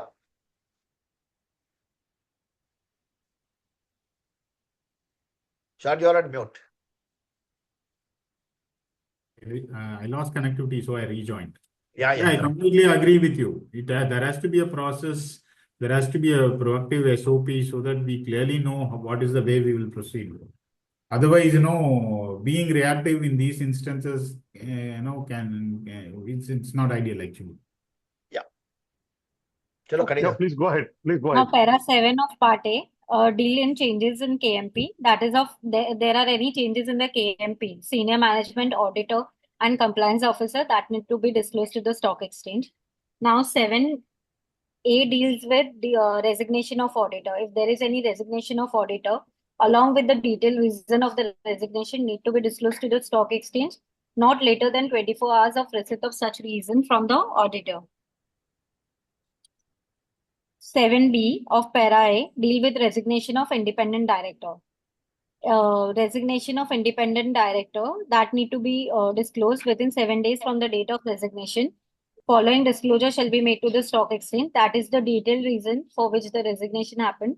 The name of the listed entity in which the resigning director hold directorship, indicating the category and membership of the board committee. The independent director shall, along with the detailed reason, provide a confirmation that there is no other material reason other than those provided in point number 1. The confirmation as provided by the independent director above shall be disclosed by the listed entity to the stock exchange along with the disclosure as specified in subclause 1 and 2. Now, para 7C, part A, deal with resignation of KMP. In case there is any resignation of the following KMPs, that is senior management, compliance officer, director other than an independent director, the letter of resignation along with detailed reason need to be given, and that need to be disclosed to the stock exchange within 7 days from the date of such resignation comes into effect. 7D, deal with the issue whether MD or CEO are discharging their obligation. In case MD or CEO of the listed entity was indisposed or unavailable to fulfill the requirement of the role in a regular manner for more than 45 days in any rolling period of 90 days, the same along with the reason need to be disclosed to the stock exchange. Now, para 15A, if schedule or analyst or institutional investor meet at least 2 working days in advance, excluding the date of intimation and date of the meet, need to be disclosed to the stock exchange. Now, meet shall mean group meeting or group conference calls conducted physical or through digital means. Now, audio or video recording or transcript or post-earning quarterly calls by whatever name called conducted physically or through digital means simultaneously with submission to the recognized stock exchange in the following manner. That is the presentation before the next trading days or within 24 hours from the conclusion of such call, whichever is earlier. The transcript on the website within 5 working days of the conclusion of such call. Now, para 17. Intimation of the forensic audit. If there is any forensic audit, that need to be intimated to the stock exchange about the fact of the forensic audit along with the name of the entity in initiating the audit and reason of the same if available. Final forensic audit report on receipt by the listed entity along with the comment of the management, if any. Now, para Yeah, 8. one point, Khadija, with respect to sir. this presentation for the analyst calls, earlier the provision was within 24 hours of the conclusion of such calls, you will have to share the presentations. Now it is prior to the beginning of that event, actually. Yes. That has got changed in the recent amendment in December. Similarly, video recordings to be made available. That was earlier 24 hours. Now it is within 48 hours from the conclusion of the call. So these are the two changes in that. Yeah. In fact, somebody was pointing out from the participant. So I just thought I'll clarify that. Okay. Go ahead. Para 18, Part A, deal with the communication through social media. If there is any announcement or communication through social media intermediaries or mainstream media that need to be intimated to the stock exchange by director, promoter, KMP or senior management of a listed entity in relation to any event or information which is material in terms of regulation 30 of this regulation and is not already made available in public domain by the listed entity. Now, para 19 Part A deal with order passed by various authorities against listed entity. Any action initiated or order passed by any regulatory, statutory or judicial body that need to be intimated against whom, that is the listed entity, their directors, KMP, senior management, promoter, subsidiary or any in relation to the listed entity. In respect of the following, that is the search, reopening of account as per section 130 of the Companies Act, investigation carried out as per the Companies Act. See, here one has to be mindful of the action initiated. Orders passed is somewhat very clear. You clearly know what is the nature of order passed. Action initiated is something very risky here. You need to be mindful of whether this needs to be intimated, what is the materiality of that action initiated, or it will depend on case-to-case basis. You cannot, in a straitjacket manner say all the action initiated has to be disclosed. For example, issuance of show cause notice under income tax GST, you may not have to disclose because it's a normal process under fiscal laws. Whereas an action initiated under environmental law can be something which could trigger a disclosure. So it has to be assessed on a case-to-case basis, especially be careful in terms of action initiated. That is something. So look, here, as you rightly said, Sean, suppose NBS is RBI inspection, MCA inspection. There is a difference between the two. Correct. RBI inspection is routine in nature. But once in a year it happens. The moment you are an NDSA company that beyond 1,000 crores. Yeah. Okay, it is every year it is going to be there. It is a ritual. Whereas MCA inspection or investigation may not be so. Correct. So you have to also understand that is it MCA inspection or MCA investigation, how it is to be intimated. So this is the thing. Not only that, there is something, inquiry and calling for information, and which actually convert into investigation. So at what stage? That is the question. Yeah. So again, when we are going through these things, when the event comes, that time instead of running, it is just like, a headless chicken kind of thing. So one need to be, see, when the war cry is there, that point of time, you have to be in action. You can't discuss and interpret the things. Right. Whatever the interpretations, whatever the understandings, all these things should be there now in the peacetime.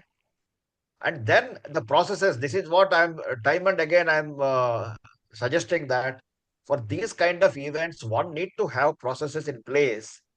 Instead of when the situation comes, that time you're, getting panicked and then, consulting the people. It may not work like that. See, some people say, sir, I received a show cause notice. But show cause notice from whom? As you rightly said, it depends upon show cause notice from whom also. The impact varies. A show cause notice from a Directorate of Intelligence, it is going to be entirely different rather than show cause notice from your GST office. Yeah, that is one. Yeah, Khadija, go ahead, please. Now, following disclosure to be made under para 19 as discussed in the previous slide. Name of the authority. These are okay, sir. These are only the thing. Yes, sir. Yeah, detail. Yeah. Now, para 20 Part A that deal with the order passed by the various authority against entity. Action taken or order passed by any regulatory authority as discussed by sir. In respect of the following, any suspension, imposition of fine or penalty, settlement, disqualification, closure of operation, sanction imposed, warning or caution, any other similar action by whatever name for it. Yeah, penalties also, there has been an amendment. They have put some thresholds now. Only in case of sectoral regulators, you will have to intimate. Whereas in case of other regulators, if it is 10 1 lakh lakhs and and above. above, you will 1 have to lakh and intimate. above, no? Yeah. Yeah, beyond that, you will have to do it on a quarterly basis as a part of your corporate governance. Correct, correct. I think, Bala, here at this stage, you can take up the questions, because now we are going to switch over from Regulation 30 to UPSI. Yeah. So you may take up the questions now. Okay.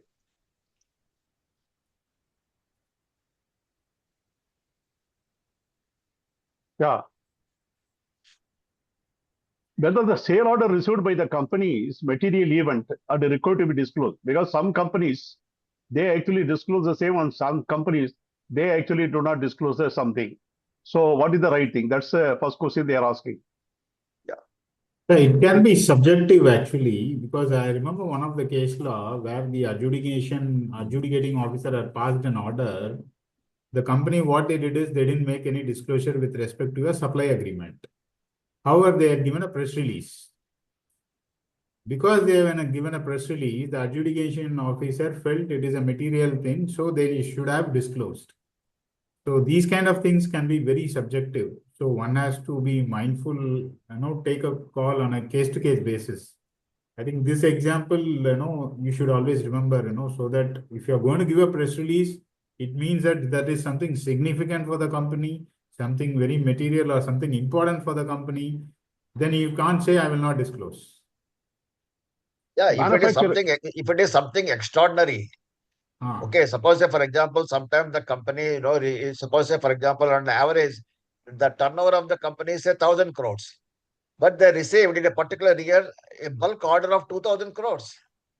So that is definitely, that is to be intimated to the exchanges, because that is going to have a great impact on the securities price. See, end of the day, what we need to say is compliance with Regulation 30. What is the objective of that? What is the importance of that? If you understand that, you will appreciate what to inform, what not to inform. The importance of that is whatever the information, it is going to have an impact on your share price. That is to be intimated to the exchanges. Nine has actually put up a very wonderful slide on that, citing, what is the relevance, what is the impact, what is the thing. That is what it is to apply the mind. That slide was there. Correct. Actually. Yeah. Absolutely. Yeah. Manufacturing operations of the plant temporarily reduced due to the lack of the orders. Is it required to be disclosed in the stock exchanges? Please note that the manufacturing operations is not closed. My understanding is that it comes under Part B. You will have to apply the materiality and then accordingly proceed. Correct. Yeah. See, sometimes it may so happen your company might be an export-oriented company, and there may be some kind of a geological disturbances.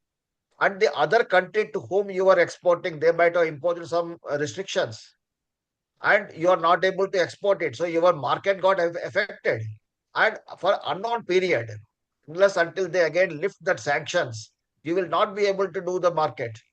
Definitely, in such situation, you have to intimate to the exchanges, because you are going to affect your financial statements. Is going to affect your order book, is going to get affected. Certainly, it has to be informed at that time. So it depends upon, as Sean has rightly said, it is a judgmental issue again. Some of the material events specified in the Regulation 30 is common in UPSC. Is there any additional details to be provided when we are actually currently providing in LODR? Sorry, can you come again with the question? I'm sorry, I lost. Some of the material events specified in the Regulation 30 is common in UPSI. Is there any additional details to be provided when you are currently provided in LODR? No, LODR, material event disclosure, there are certain templates. No, I see, Sean, I will answer this. See, I have mentioned about this thing. Regulation 30 and UPSI is concerned, there is a hair-thin difference is there. Every UPSI, you don't need to intimate to the market. But only thing is that you need to handle that carefully.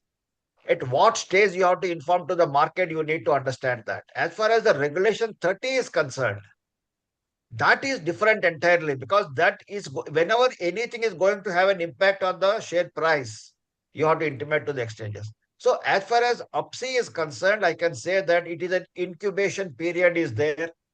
The moment the incubation period is over, Regulation 30 gets take over that, and then you have to intimate to the exchanges. So always till the time the Regulation 30 gets triggered, you can say that information is an UPSI. That is the distinction between the two. The only point as a compliance officer you need to be mindful is that whenever an UPSI is generated in the organization, you be conscious of the need to close the trading window. You need to make that assessment and ensure it is closed, because the insider trading regulations through the code of conduct clearly says it will be the duty of the compliance officer to close the trading window. So be aware of it. And also, since the regulator is the same, both for UPSI as well as your Regulation 30, that means Okay. LODR and PIT regulation, the regulator is the same. God forbids, whenever he is coming for an inspection, when he is examining your SDD and your UPSI related things, he may say, "Arey, you would have this leads to non-compliance of Regulation 30." Yeah, He may yeah. say that. It is So a you double have to be whammy. very careful. You know. So while he is examining that UPSI handle, how you have handled and all, and similarly when he is examining your SDD register, he may come to a conclusion that it would have been informed to the exchanges under Regulation 30. You have complied with PIT, but you are not complied with LODR. That situation may come. So Yeah. compliance officers are to be very, very careful, and especially so when now the Regulation 30, some of the Regulation 30 related events are being brought into the definition of UPSI, you have to be very careful. This is what Yeah. exactly I said in the beginning itself, that company secretaries, that regulator has given the deserved recognition, but at the same point of time, with that deserved regulations, he has also imposed upon the arduous responsibilities on the compliance officers. That's what my view. With respect to UPSI, the compliance officer should also remember that unless the UPSI consummates into a disclosure, till such time, the compliance officer will be at a high risk to ensure that UPSI is handled properly. It is not misused. It is not, improperly disseminated to unwanted persons. So as a compliance officer, you should always remember that when there is an UPSI and it is yet to be disclosed to the exchanges, you are always at a high risk. So you need to be very, very conscious, very connected within the concerned functions in the organization and ensure that it is handled properly. In fact, that is the reason, Sean, whenever in my lectures, I always used to say that handling of UPSI is nothing less than handling a burning charcoal. Correct, Whether correct. consciously or unconsciously, if you touch a burning charcoal, it will burn your hands. Same is the case with UPSI also. Similarly, Correct. when I am further handing over that UPSI to somebody else for legitimate purpose, if I am disclosing that, I have to tell the other person, look, this is a burning charcoal, please handle it carefully. Correct. Without that caution, if you give him, he may burn his hands. That's what exactly PIT regulations say, that whenever you are disclosing some UPSI to somebody in the legitimate purpose or in the ordinary course of business, you have to tell the other person how he has to safeguard while handling this information. You Yeah. always ensure that you copy that for the SDD database so that the person receiving that information is also aware that it has certain sensitivities. Correct. And similarly, again, for the participants, I want to say that in case you are the intermediaries for the listed companies, you are also under obligation under that Schedule B of PIT regulations. You have to also have a code of conduct for your firm, and you have to also maintain the SDD register. And tomorrow, when the reviewer comes, he has to examine all these things also, if I am not wrong. You know. As per Yeah. Regulation 31, the board has to actually form an opinion whether any event information is material or where the list of possible events required to be jotted down and discussed in the board to form a opinion of only at the time of the occurrence of the events, the board is required to form an opinion. No, it will be very subjective depending on case-to-case basis. There are events mentioned in Part A and Part B, which will follow if it needs to be disclosed based on materiality, or if it falls under Part A, by default it will disclose. For events which is not covered in Part A or Part B, you will have to make an assessment. You will have to determine whether it requires a disclosure. And you make an assessment, it is not required, you please record it, keep a record of it. As I said earlier, you keep reporting it to the board, because when an event occurs, you cannot go and ask the board and seek its opinion whether to disclose or not.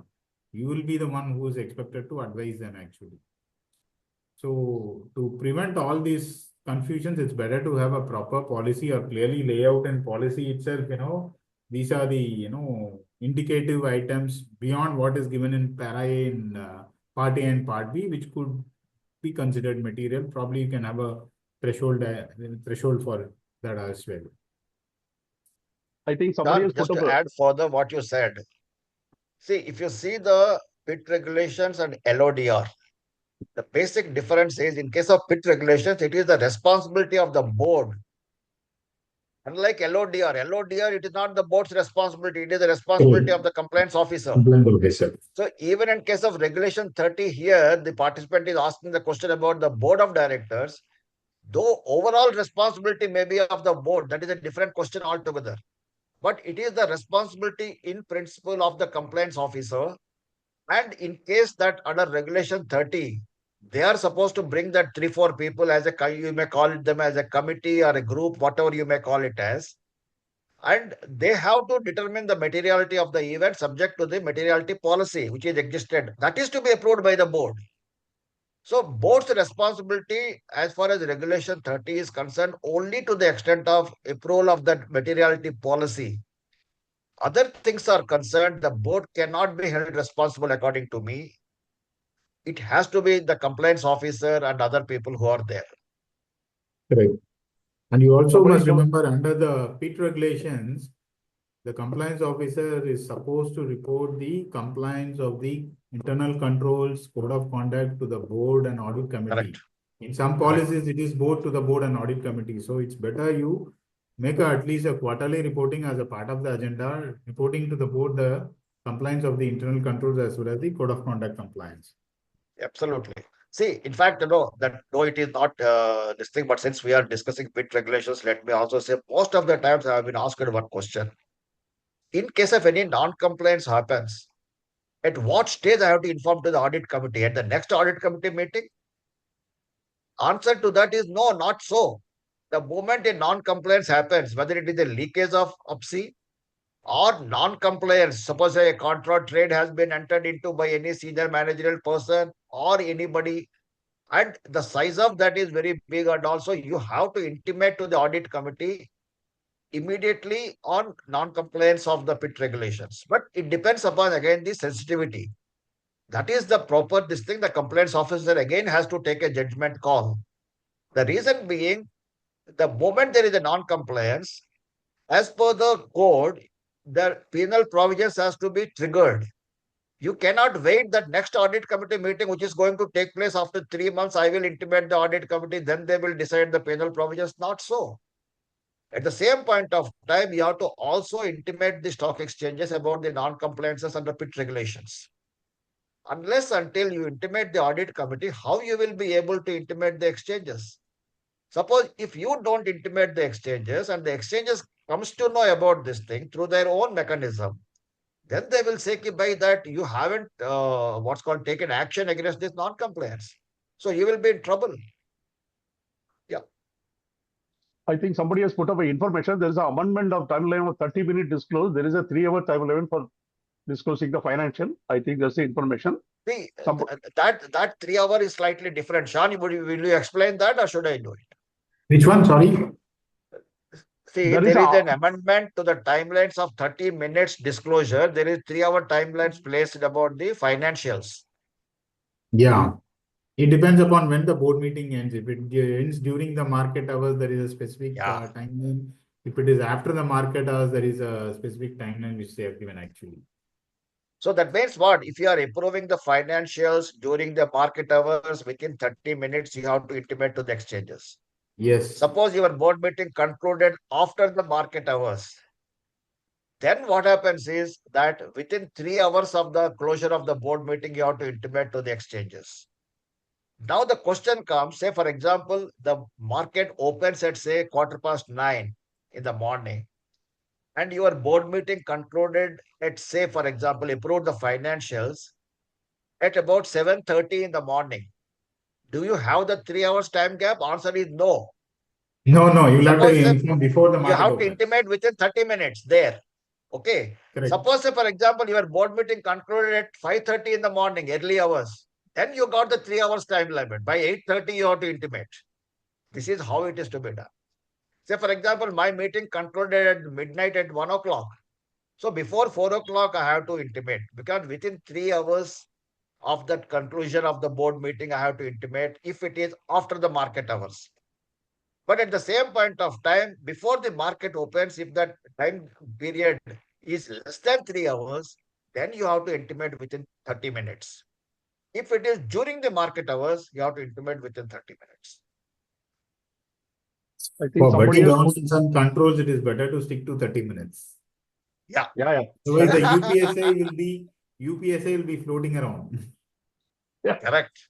Exactly. Somebody has put up actually, please highlight the income tax related disclosures. Just Okay. panelists one thing, 5 minutes to 1 still strikes is there. Yeah. We'll That too. up to 1:30, no issue. The 2 hours critical should be from which company secretary aware of this.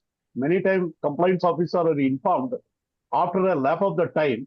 So there must be a criteria. Is that so? The 12 hours criteria should be from when company secretary is aware of us. Many times compliance officer is actually informed after a long time. I think that's what you said initially. There need to be a what we call Process. agreed timeline and intimation process should be in place. You Yeah. cannot take the plea of saying that I come to know late, etc. and all those things. That is not going to work actually. No, Internal if system the compliance officer will say that will only underscore the company does not have any process of dissemination of information flow. In fact, we'll be exposing the company. The percentage has been amended to accusation. I think that you said actually. Okay. What will be the triggering point of the disclosure of the accusation when the management CEO agree with the third party acquire the shares over, or email meeting, or it is a letter of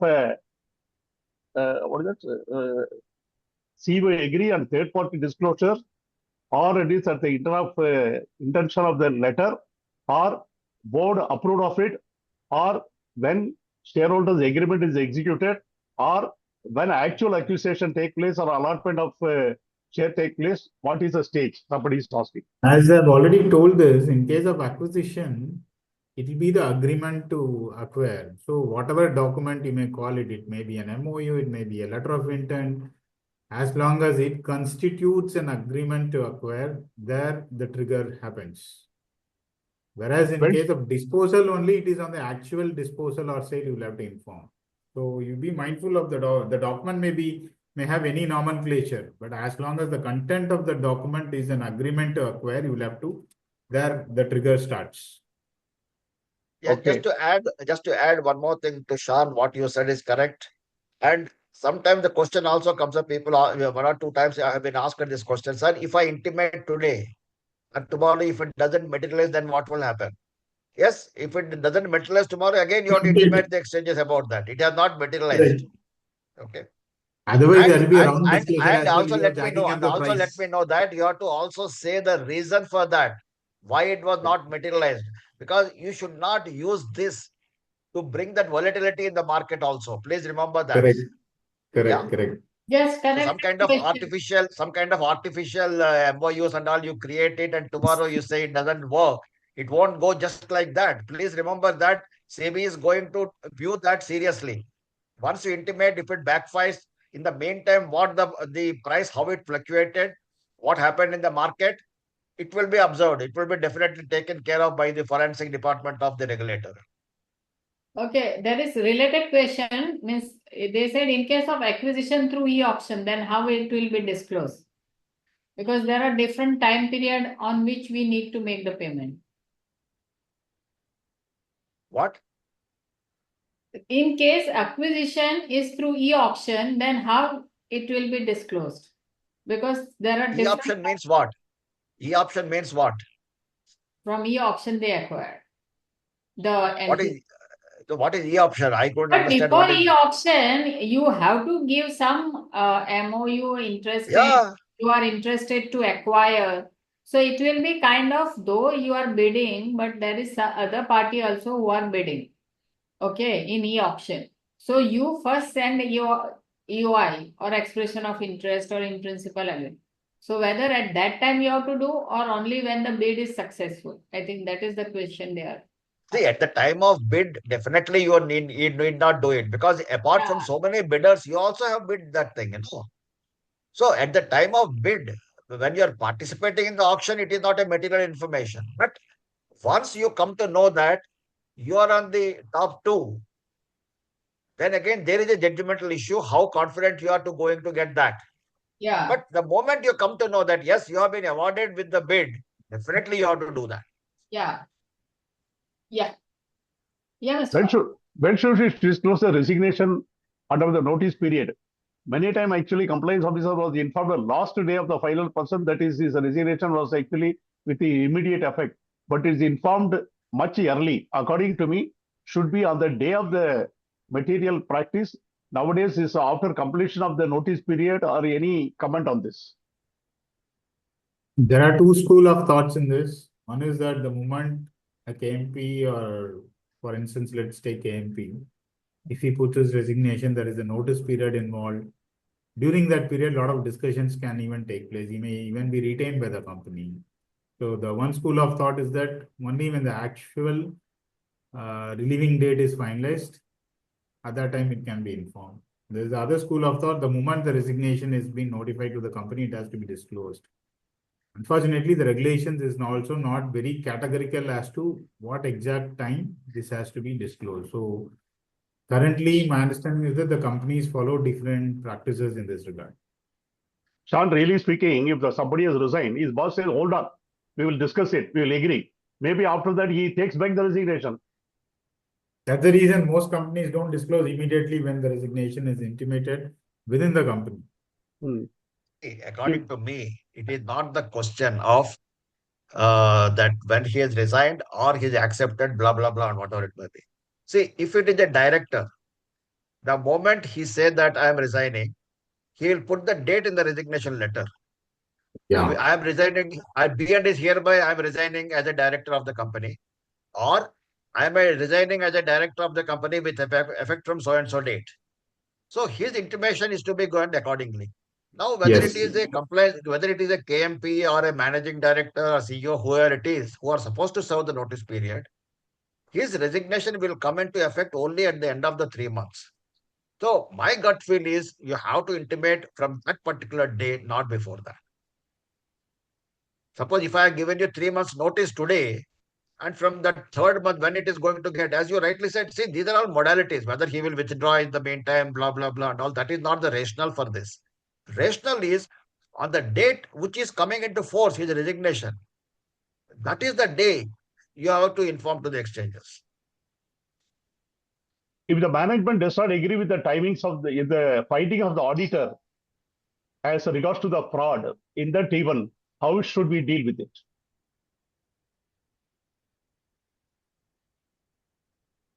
See, as far as fraud is concerned, statute charter, if it is within 1 crore rupees, he has to inform the audit committee.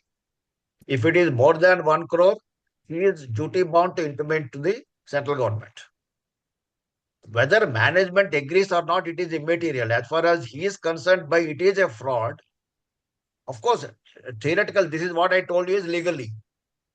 But definitely the management, he has to intimate to the management has to agree, blah, blah, blah, and all. Tomorrow, if a fraud has taken place, which is beyond 1 crore rupees, management doesn't agree, that doesn't mean he will not intimate the central government. What is the objective of that? He has to intimate to the central government directly. This is the purpose. Management may agree, may not agree. Let them defend it, subsequently. Similarly, as far as the intimation to this under Regulation 30 is concerned, so whether it is a fraud or not, it is up to the people. Then you have to come to the conclusion. There, of course, the third party is not there. But as I told you, you have to be in alignment with the auditor, especially who is under obligation to inform about that. Now, even the secretarial auditor is also to be taken into confidence as far as that particular, if any kind of fraud takes place in the securities of the company or by the R&T agent or by anything, if it happens relating to the secretarial audit, definitely he too has to jump into that. I mean, he has to be consulted as far as that fraud is concerned. There is an amendment in analyzed pertaining to the video recording and also the presentation. Somebody has actually puts it. I think that you discussed actually, Sean. I think so in that. Yeah. Presentation, it has to be uploaded in advance now. Yeah. And video recordings within 48 hours. Earlier, it was 24 hours. Whether one-to-one meeting will be more than one investor also falls in the group meeting. How do you actually interpret this enforcement agency? See circular which talks about whether it is one-to-one or whether it is a group meeting, you need to clearly disclose. So even if it's a one-to-one meeting, you will have to disclose actually. Yeah. Do we need to disclose the income tax assessment orders which levy interest and penalties? Yeah, as long as it meets the threshold limits, it comes under Part B actually. So you'll have to go by the threshold limits, and if it breaches the threshold limit, you'll have to disclose. I think Para 20 is amended to. And you can always put a rider there that the company is contesting the going on an appeal. Yeah. And second thing, what happens is this is a material information which is there. You have to take it ultimately to the conclusion. As and when that demand is confirmed or demand has been reduced or further increased, you have to keep on updating the market about that. Continuous update. Correct. Keep on intimating the regulator accordingly. Imposition of the fine or penalty by the regulator or other regulator. I'm not getting it actually. Imposition of the fine or penalty by regulator or other regulator. Other regulators. See, also. now they have classified into two categories, no? Sectoral regulator, non-sectoral regulator. Okay. So you will have to go by that actually. Pertaining to 72-hour disclosure for the legal litigation matter, could you please explain a bit, since the legal disputes are not being entered in STD? See, one has to determine whether the legal dispute can be considered as UPSA depending upon the sensitivity, materiality, and all that. If that is the case, then that also has to be recorded in the SDD. If it is not so, then you don't have to. And again, reporting under Regulation 30, it again depends upon the materiality or the sensitivity of the matter. This is something little dicey. It can fall under Part A as well as Part B. So you need to go by the facts of the case. Whether the intimation of the change of the name of the RTA is also required to be intimated under the Regulation 30. A good practice to intimate. I'm not very sure. No, I think if I am not wrong, it is there in Part B. Part B. Yeah. No, not change of RTA, change of name of RTA, they are saying. Change of the name of the RTA. With the change of the name of the RTA. Name of the RTA. That is not required. That is not Regulation 30. RTA is talking about change of RTA. I thought no, change of RTA. The change of the name of the RTA. Name of the RTA. Okay. For product launch or capacity addition, when we are required to actually give the disclosure, since it forms part of the material threshold limit. No. For this also, it will come under, because it will come under capacity expansion. So you'll have to go by Part B materiality threshold, and there there is a turnover criteria, net worth, profitability. There the rule of correspondence will apply. Turnover you compare with turnover, the potential turnover, and the profitability with profitability, and sometimes net worth may not be a ideal benchmark. So you will go by turnover. I think Bala, can we here now take the remaining presentation quickly because it is already 1:05. 1 o'clock. Okay. Sure. Khadija, now you have to gallop. Don't read each and every word. Please go through that further. Yes, sir. Now, Yeah. how UPSI is linked with Regulation 30 will start. Now, definition of UPSI, that is any information which is directly or indirectly related or affect the price of the security and relating to the following, that is financial result, dividend, change in capital structure, merger, demerger, acquisition, or such other transaction, and change in KMP. Now, why are we linking UPSI with Regulation 30? That is both PIT and SEBI play a major role in the company market, hence it's become crucial to clarity over it.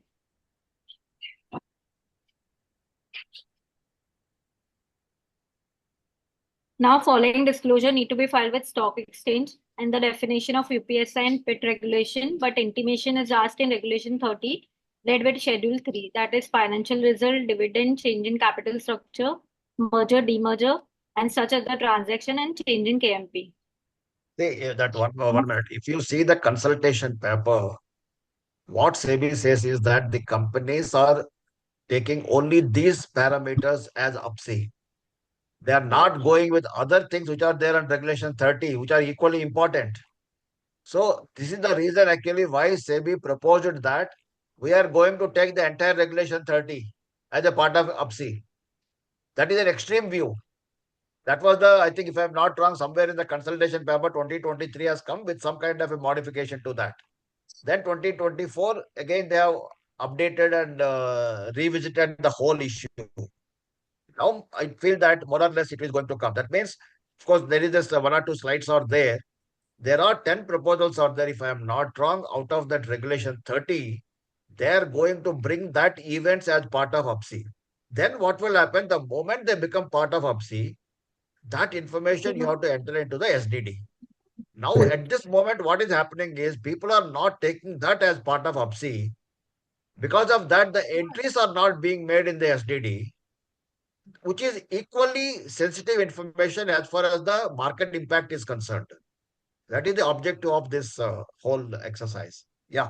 UPSI definition interpret as it currently stands, it's an inclusive definition because the crux there is the information which could materially affect the price of the security. So all the companies, they were only confining to the explicit mentioned, items. They never determined any of the items in Regulation 30 which could materially affect the price. That is the reason SEBI felt that the company has not been complying in spirit. So they thought that some of the items in Regulation 30 has to be made as a part of UPSI. That is the reason for this expansion of the list of UPSI with the new items. There are about 13 items which is going to get added, which is not yet notified, which might get added to the UPSI definition. The Sean, problem let is me that also take this opportunity. Sorry. Yeah, go ahead. Sorry. the problem for the compliance officer will be the more items are added to the UPSI, the more difficult it is going to become. Yeah, go ahead, please. I want to just add that Regulation 30 is applicable only to the designated securities when they are listed. Regulation 30 is not applicable to debt listed securities. That doesn't mean debt listed securities companies can relax. The Regulation 52 is there of Chapter 5. That regulation will come into picture for debt listed securities. And there is a Part B in Schedule 3 is there. In Part B, again, there is a big laundry list is there. More or less on the lines of your Part A as well as Part B, mixture of that. There is no mandatory or judgmental thing. There is nothing is mandatory if I am not wrong there. You have to have that discretion of the materiality and intimate the exchanges accordingly. Okay. Yeah, Khadija, go ahead. Now, intent of STD, that is any information which is shared with the outsider, the company has no control. So for the to keep the track for the first level of recipient, the following regulatory basis for STD maintenance need to be taken care. The board of director or head of the organization of every person required to handle UPSI shall ensure that a structural digital database is maintained, and it shall also ensure that the nature of UPSI and the name of such person who has shared the information and the name of such person with whom information is shared, along with the PAN or such other Okay. identifier. Just 1 minute. 1 minute. Okay. This slide, because of the consideration of the time, let me jump into here. Yeah, The skip it. purpose of this is that the moment the UPSI Regulation 3 and Regulation 4 says that you are not supposed to what's called as communicate the information to the people who are not required, who are with whom you are not supposed to communicate. At the same point of time, the people who are not concerned with the information, they should not procure the information also. That means you should not lure the other person to share the information with you. Both are illegal. They are not only that these are not legal, but they are illegal. So the offenses are considered as illegal offenses, and the penal consequences will be very stringent. That amounts to leakage of UPSI.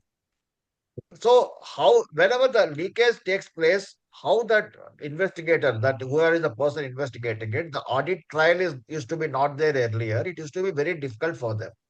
That is the purpose of this SDD. That means with whom the information has been shared, at what stage the information has been shared, and who has shared with whom he has shared it. Both the particulars of both the sites is to be mentioned in the SDD register, along with their PAN number or any other identification number, because with whom you will come to know whether he has traded in the shares in the market or not. Number one. Number two is at the same point of time, the responsibility to make the entry in the SDD register is not of the compliance officer. Because several times it may so happen, even the compliance officer might not be knowing certain information which is UPSI in nature. So it is the responsibility of the person at the stage of germination of that UPSI. Suppose, for example, CEO is having a kind of an idea, take over a company, and he is discussing with the promoter, if it is so, because if it is a promoter driven company, if he is a major shareholder and all, and after that he has discussed with the CFO, then with the implementation team, that is how you have to make the entries in the SDD register, from how the information is flowed from whom to whom, like that and all, at what stage. God forbids if any leakage takes place in the interim period before the information becomes public, then the people who have dealt with whom all it is there, and it is the responsibility of the compliance officer under PIT regulations to close the trading window for these people. He has to intimate to them very clearly that, look, you are handling the UPSI, you are not supposed to trade in the securities of the company during this interim period. That is one of the reasons when he is giving a pre-clearance to the people, designated employees, that he has to take an affirmation from them that they are not having any UPSI with them, because it so happens that compliance officer may not even know that whether that person is having an UPSI with him or not. Say, for example, a president of the company, he want to dispose of the shares in the market, or he want to acquire the shares in the market beyond the limit set by the company for pre-clearance, and he has to approach the compliance officer for a pre-clearance. The company secretary, the compliance officer might not be knowing that whether he got that UPSI with him or not. That's why he has to take a declaration from him that he is not having any UPSI with him. Sir, you want to add anything to that? Yeah, one more point here is that the moment a person applies for a pre-clearance, as he said, he will confirm that he is not in possession of UPSI. And as an additional due diligence, the compliance officer can check the SDD database. And if Yes, no correct. communication has been sent by that person in terms of sharing the UPSI, probably that gives a comfort as well as defense to the compliance officer saying that it was not there, so I cleared it. Absolutely. Don't do a postman Ultimately, the job. person will be in problem if he is in possession of UPSI and he has not marked to SDD. Correct. Correct. Agreed. Good point, Sean. Yeah, Karija, next. Okay, this is fine. We have already discussed this. Next.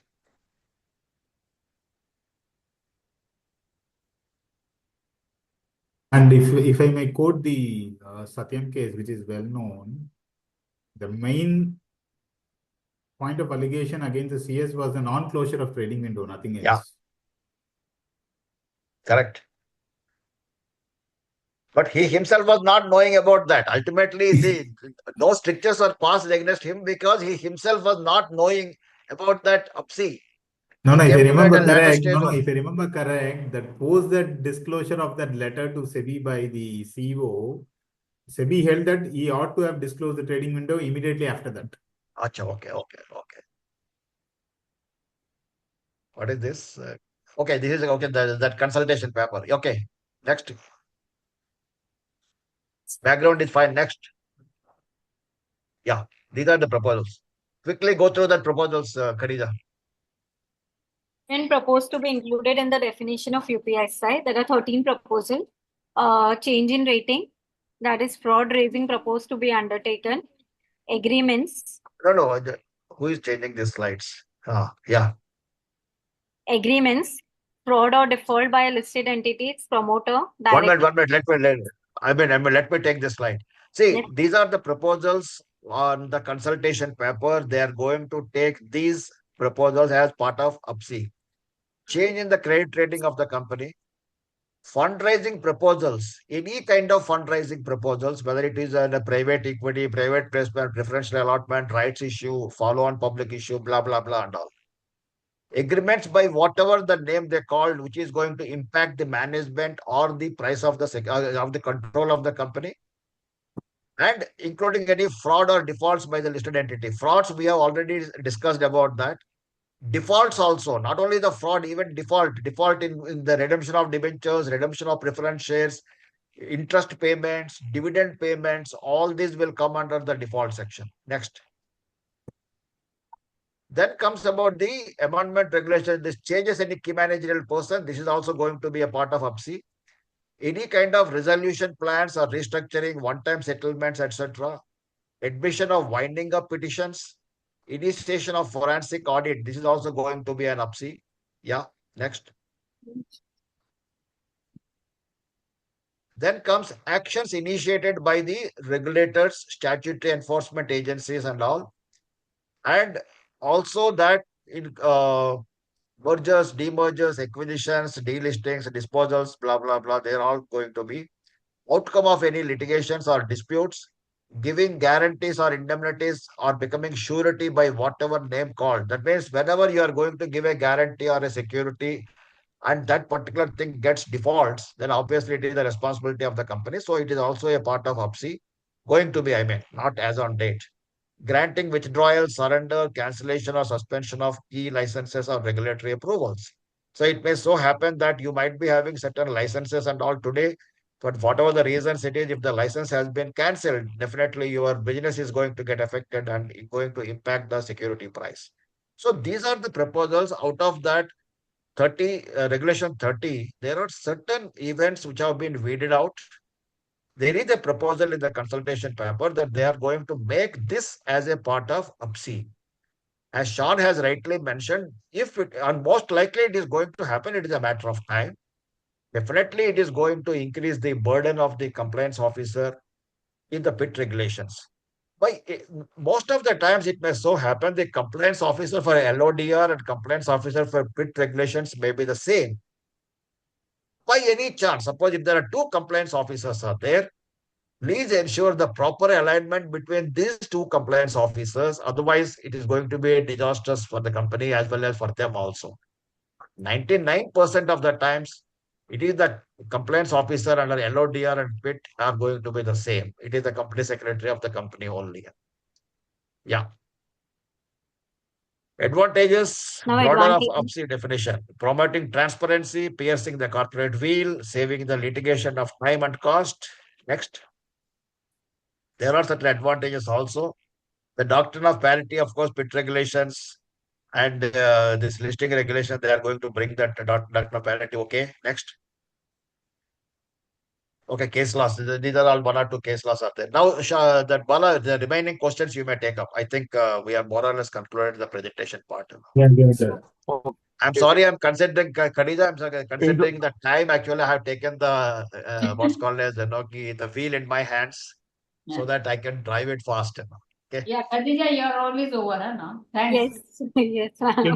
If the If the board Yeah. meeting concluded at 5 p.m. and then there will be a 1 hour 30 minutes, I think you discussed this I actually. have This is answered according to this the exactly. I content. know Yeah. that participants are going to ask this question because I have been, once this amendment has come, I have been called by some people. Then I have been asked the same question, which I have told you here. Sir, my meeting is going to be 7:30. Can I inform that by 10:30? Answer is no. What is the objective? Objective is that if you have a time gap before the market opens, you got the 3 hours limit. Because as Sean has mentioned that during this period, the board meeting concluded and the moment you are going to intimate to the market, the people can leak that information. Say, for example, at 12 o'clock in the midnight, your meeting is concluded. You leaked the information. You are not intimated the exchanges, but intimated to others. What they're going to do with that? Nothing. Because market is closed. But before the market opened, the moment you intimate it, you are across the public, the information is disseminated. So everybody got the information when the market is open. So if your meeting is concluded at 7:30, by 8 o'clock, you have to intimate to the market within 30 minutes of the conclusion of the board meeting. Of course, people may take a view also that before the market opens, you have to intimate. But according to me, you have 30-minute or 3-hour leverage. Better that the moment your meeting is concluded at 7:30 or 8 o'clock or 8:30, according to me, take the 30 minutes leverage and intimate that thing. Don't go for the 3 hours. I got time. I will intimate at 9:15. Market opens. I will inform at 9:14. Don't take that kind of a call. Yeah, the sooner you intimate, the better it will be actually. The better it is. Yeah. Can a foreign parent company of the listed entity have the preferential access of the UPSI in such listed entity over the offer shareholders, say, easy access to the financial information of the listed entity or the parent company for the parent company consolidation? No. I think the question is, can a foreign parent company of a listed entity have preferential access to UPSI of such listed entity over the other shareholders? Question mark. Example, early access to financial information of the listed entity by the parent company for the parent company's consolidation. Yeah, they can have, you'll have to market in SDD. See, before even the parent company, the foreign parent company, the accounts department who are in the consolidation, they will come to know the information first. So whoever is having that UPSI, they are not supposed to trade in the market. So it is a kind of a self-imposed obligation it is supposed to be. Whether it is a foreign parent, whether it is an Indian company, whether it is the CFO or whether it is the consolidation people, whoever it is, whether they are connected with the company or even the auditors also will come to know about that information, the intermediaries. Whoever is the person having that information, that UPSI, he may be a designated person. If he is not a designated person, he may be a connected person and fall in the definition of insider. He is not supposed to trade based on that UPSI available with him. Okay? And whenever the information is being communicated for legitimate purposes, even according to me, why foreign parent company has to come to know about this information beforehand? Unless until that foreign parent company, some executive director or promoter executive, he might be there or something like that. Otherwise, you are not supposed to disclose the information to the promoter who is not in an executive position. Am I correct, Sean? Correct. So if Only you for are the giving that purpose of information to the consolidation, promoter you who is can not in know. executive position, means you are leaking the UPSI. And similarly, that's why in Regulation 4, it says that if a person who is not connected with that information, he should not try to procure the information. That means if a promoter is not in the executive position, he is not supposed to ask the company to give him the figures.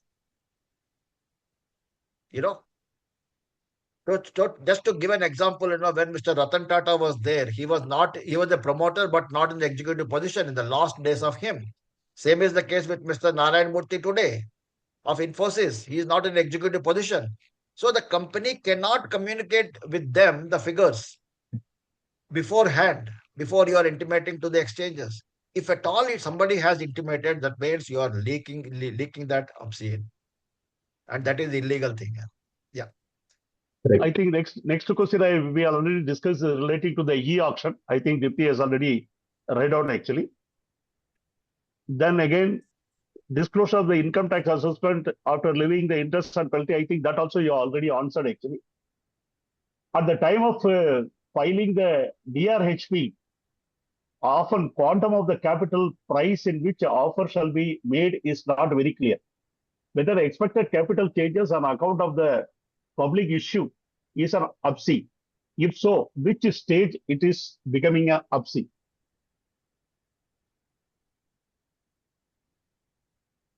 The moment the company is contemplating with a particular figure as IPO price, because in the red herring prospectus that you will not intimate the price, I think, if I am not wrong, at the time of You filing give that. the price band actually. Price band. You give the price band.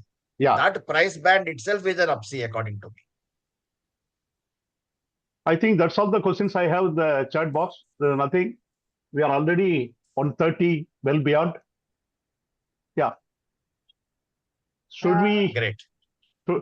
I don't think anybody has risen the hands also so far. So I don't see anything like that. So And it's good to see there are still 200 participants. Yeah, that shows the importance of of this topic. That shows the importance of the topic. Not only that, that shows the importance of the people eager to hear from the experts. Credit goes to you. This is a very complex topic. We also keep learning every time, actually.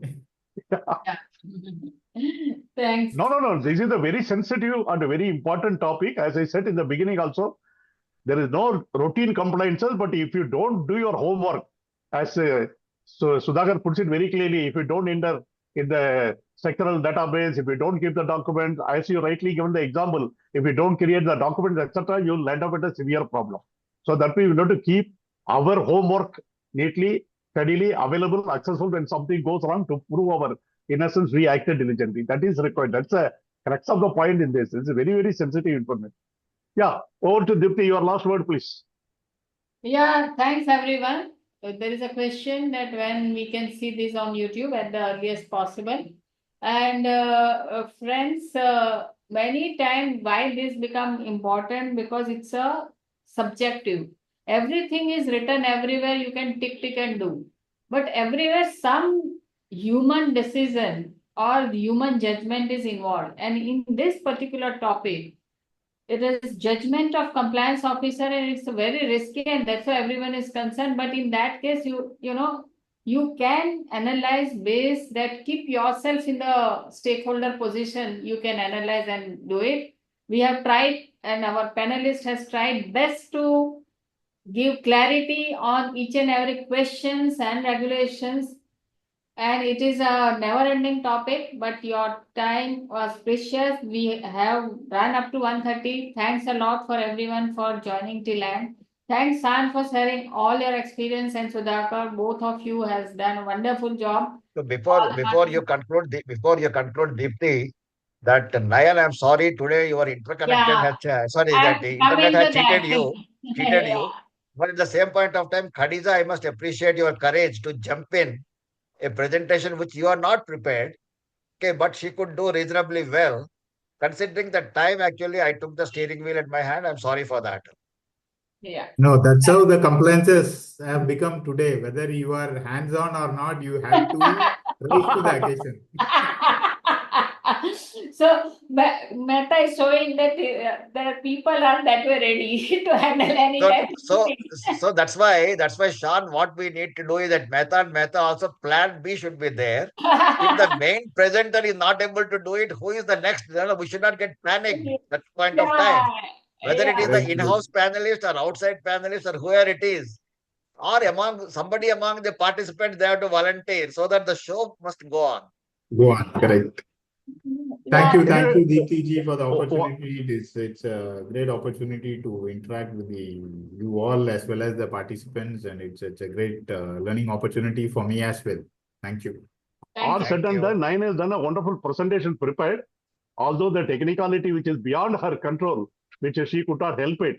Otherwise, she would have definitely presented. But the credit we must give to her because the excellent presentation she has made, put up everything nicely. That credit we'll have to give, we'll have to recognize Nine's excellent presentation. Thanks a lot. Thank you to everybody. Yeah, Have a good thank you. weekend. Thank you all. Thank you. Thanks, Khadija. Thanks a Thank you, lot. sir. Thank you. Bye. Thank Bye. you, everyone. Bye.